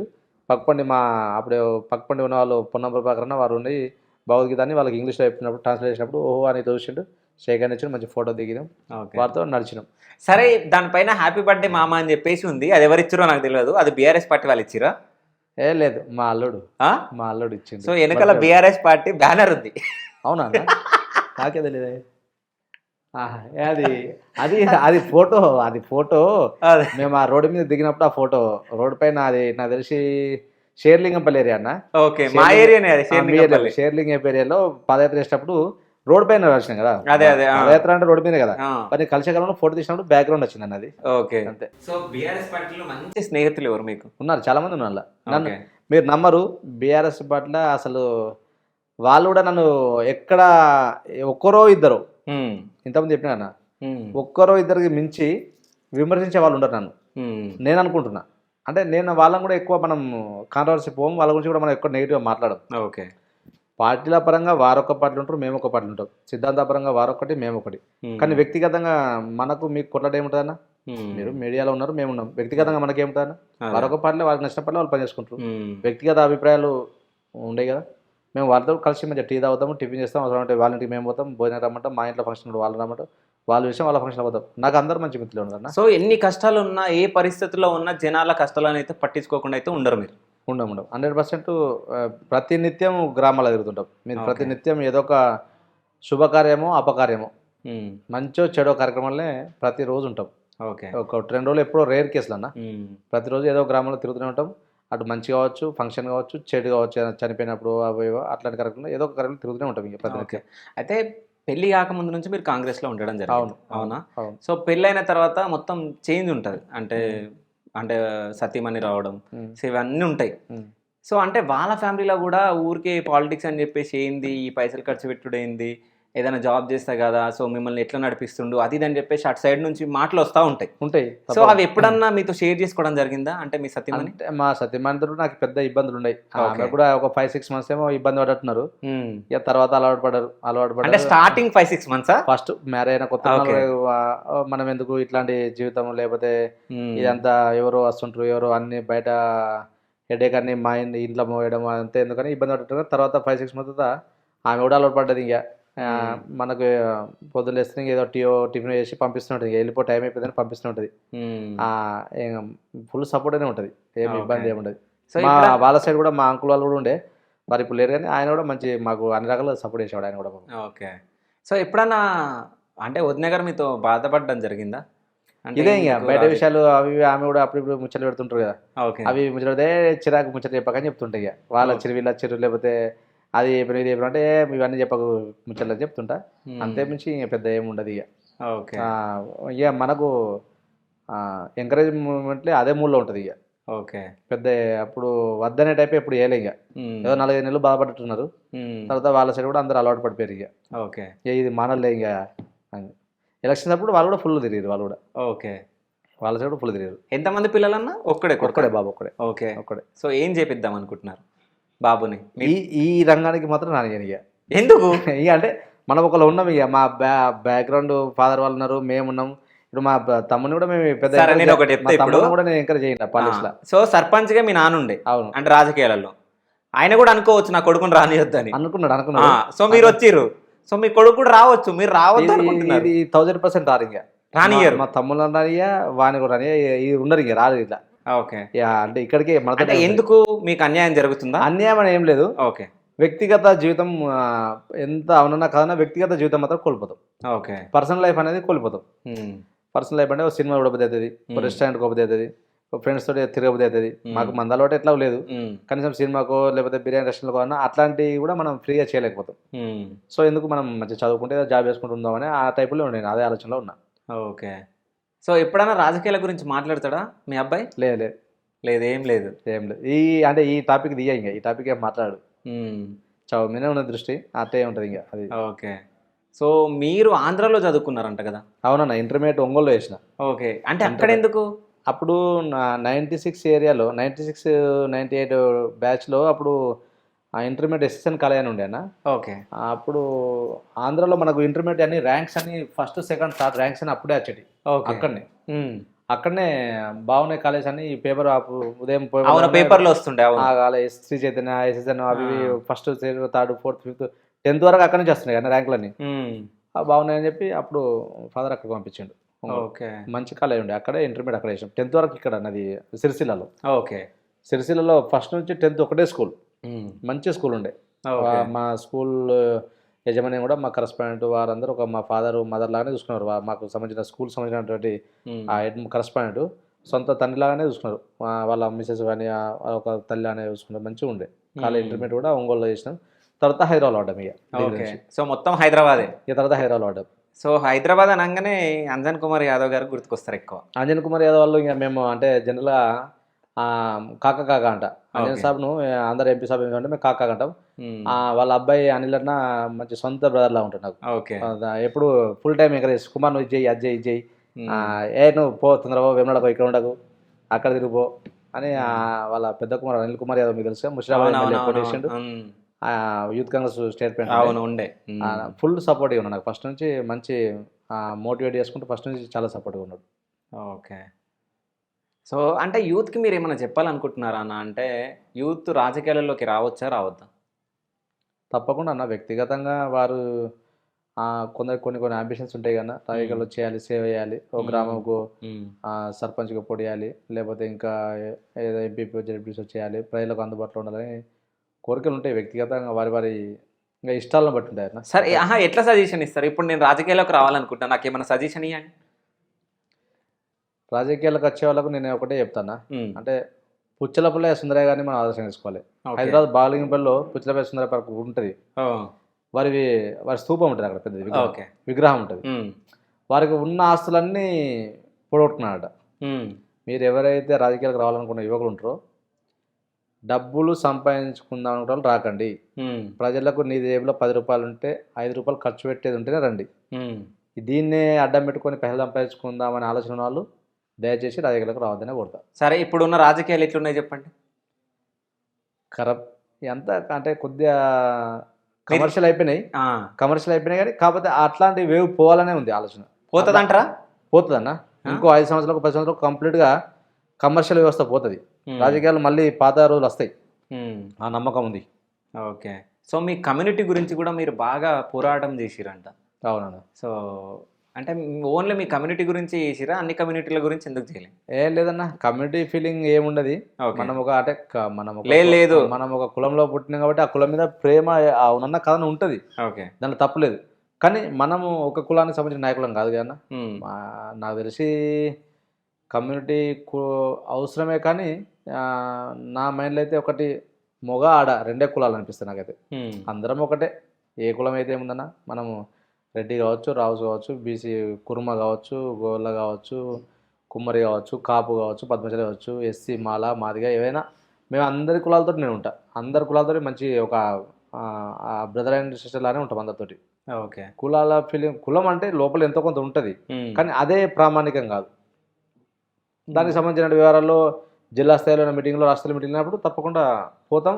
ఏమైనా సలహాలు కావాలంటే సలహాలు ఇస్తాం, మీరు డెవలప్ కావాలని చెప్పి చెప్తాం. అట్లాంటి కార్యక్రమంలో రాష్ట్ర స్థాయిలో మా సంఘం నాయకులతోటి, జిల్లా స్థాయి నాయకులతోటి ఉంటాం. ఏమైనా పార్టీ ఆర్గనైజేషన్ దానికి సంబంధించిన ప్రోగ్రామ్ చేస్తూ ఉంటాం. ఓకే. దానిలో ఏమి ఇబ్బంది లేదు. సో ఫైనల్గా కొంతమంది లీడర్ల పేర్లు చెప్తాను, వాళ్ళ గురించి 1 wordలో చెప్పండి. ఓకేనా? అట్లా కష్టంగా అన్న అట్లా కష్టంగా నేను కొన్నే పేర్లు చెప్తా, అన్ని పేర్లు చెప్పా, వాళ్ళ గురించే చెప్పండి. ఓకేనా? సీఎం రేవంత్ రెడ్డి గారు, dynamic leader Rahul Gandhi, Rahul Gandhi cool person, Sonia Gandhi, intelligent, Indira Gandhi, mass leader, Rajiv Gandhi, software leader. Modi గారు, ఓకే గుడ్. బండి సంజయ్, వారి గురించి పెద్దగా నాకు ఐడియా అన్న. కేసీఆర్, ఓకే తెలంగాణ కోసం కొట్లాడింది అన్న. కేటీఆర్, అంత పెద్ద ఏం లేదు. హరీష్ రావు, హరీష్ రావు కూడా కొద్దిగా గ్రామాల అంటే గ్రామ స్థాయిలో తిరుగుతారనే పేరు ఉందన్న. చంద్రబాబు నాయుడు, వేరే పార్టీ అయినా సాఫ్ట్వేర్ కంపెనీలు ఇంత డెవలప్ చేసినట్టే చంద్రబాబు గారు కీలకం ఉంది కదా, ఆయనది కూడా ఉంది కదా. చిరంజీవి గారు, చిరంజీవి పాపం పాలిటిక్స్ సెట్ కాలే అన్న. ఆయనకు మంచి కష్టపడే నైజం ఉంది, కానీ ఆయన సినిమా ప్రశ్న వరకే నెంబర్ 1, రాజకీయాల్లో కాదు. పవన్ కళ్యాణ్ గారు, పవన్ కళ్యాణ్ అంటే దాన్ని ఏమంటారన్నా తెలుగులో అంటే మానవత్వం ఉన్న వ్యక్తి. ఓకే. నాగం కుమార్ గారు, ఓకే గుడ్. అంటే కీడు మాత్రం చేయం కోరికి, ఓకే. మంచి చేయకపోయినా కీడు చేయ. మీకు కీడు చేసినా మంచి చేసుకుంటారు. అవతల వాళ్ళు నన్ను కీడు కోరుకున్నా ఓకే నో ప్రాబ్లం అని పాజిటివ్గానే ఉంటా. వారిని వ్యక్తిగత కక్షలకు పోని అవతల గురించి అక్కడ వరకే వదిలేస్తాను అంతే. ఎవరి పుణ్యఫలం వారిదే అనుకుంటా అంతే. ఓకే. కానీ నేను మీలాంటి వాళ్ళని చాలా తక్కువ చూసిన అన్న పొలిటికల్ లీడర్లను, నేను నిజం చెప్తున్నా. ఇప్పుడు జస్ట్ అంటే సర్పంచ్ గానో వార్డ్ నెంబర్ గానో గెలిస్తే ఓ హంగామా అది ఇది మా బాడీ గార్డులు అది ఇది పెట్టుకొని మొత్తం హంగామా చేస్తారు. సో అంటే లోపలికి ఎంట్రీ అయ్యాగానే జస్ట్ సాదాసీదాగా అంటే వ్యక్తిత్వం కానీ, సో ఇంట్లోకి వచ్చి చూడడం కానీ, ఇల్లు కూడా అంటే చిన్నగా అంటే నార్మల్గా జనాలు ఎట్లుంటారో అట్లా ఉండడం జరిగింది. అంటే మీరు హంగులు ఆర్భటాలు ఏం లేవు. జెడ్పీటీసీ అయ్యి ఉండి మీరు ఇప్పుడు సర్పంచ్గా వార్డ్ నెంబర్ ఉంటేనే ఎంతో చేసుకుంటారు అది ఇది అని చెప్పేసి. మీ అబ్బాయితో కూడా నేను మాట్లాడడం జరిగింది, సింపుల్గా మాట్లాడడం జరిగింది. అంటే కొంతమంది మా నాన్న సర్పంచ్, మా నాన్న అది, మా నాన్న ఇది అని చెప్పేసి చెప్పుకుంటారు. జస్ట్ సింపుల్గా అంటే ఒక మనిషితో మనం మాట్లాడంగానే అర్థమైపోతుంది ఆ మనుషులు ఎట్లాంటి వాళ్ళు అనేది. So thank you so much అన్న, ఒక మంచి లీడర్ని నేను ఇంటర్వ్యూ చేసిన అని చెప్పేసి నా మనస్ఫూర్తిగా నేను కోరుకుంటున్నా. అట్లాగే మీరు అనుకున్నవన్నీ జరగాలని చెప్పేసి నా మనస్ఫూర్తిగా నేను కోరుకుంటున్నా. అట్లాగే మీరు ఏం చెప్పాలనుకున్నారో కాంగ్రెస్ పార్టీ లీడర్లకు అర్థమైంది అనుకుంటా. సో మీరు అనుకున్నది జరగాలని ఆ దేవుణ్ణి నా మనస్ఫూర్తిగా కోరుకుంటున్నా. థ్యాంక్ యూ సో మచ్ అన్న. థ్యాంక్ యూ అన్న. మళ్ళీ మిమ్మల్ని వెళ్తాం భవిష్యత్తులో. ఇట్లాంటి ఇంటర్వ్యూస్ మనం చాలా చేసుకుందాం అన్న. మీతో కూడా పాల్పంచుకోవడం చాలా ఆనందంగా ఉంది. మీలాంటి వాళ్ళని అప్పుడప్పుడు నేను యూట్యూబ్లో చూస్తూ ఉన్నా. మీ బాగా సక్సెస్ ఉన్నాయి. భవిష్యత్తులో కూడా మీరు కూడా మీ వ్యూస్ ఇంకా పెరగాలి. మీరు మీ ఫీల్డ్లో మీరు ఉన్నతమైనటువంటి పదవిలోకి వెళ్ళాలి, పొజిషన్లోకి వెళ్ళాలని మీకు కూడా ఆల్ ది బెస్ట్ చెప్తా ఉన్నా. Thank you so much. Thank you.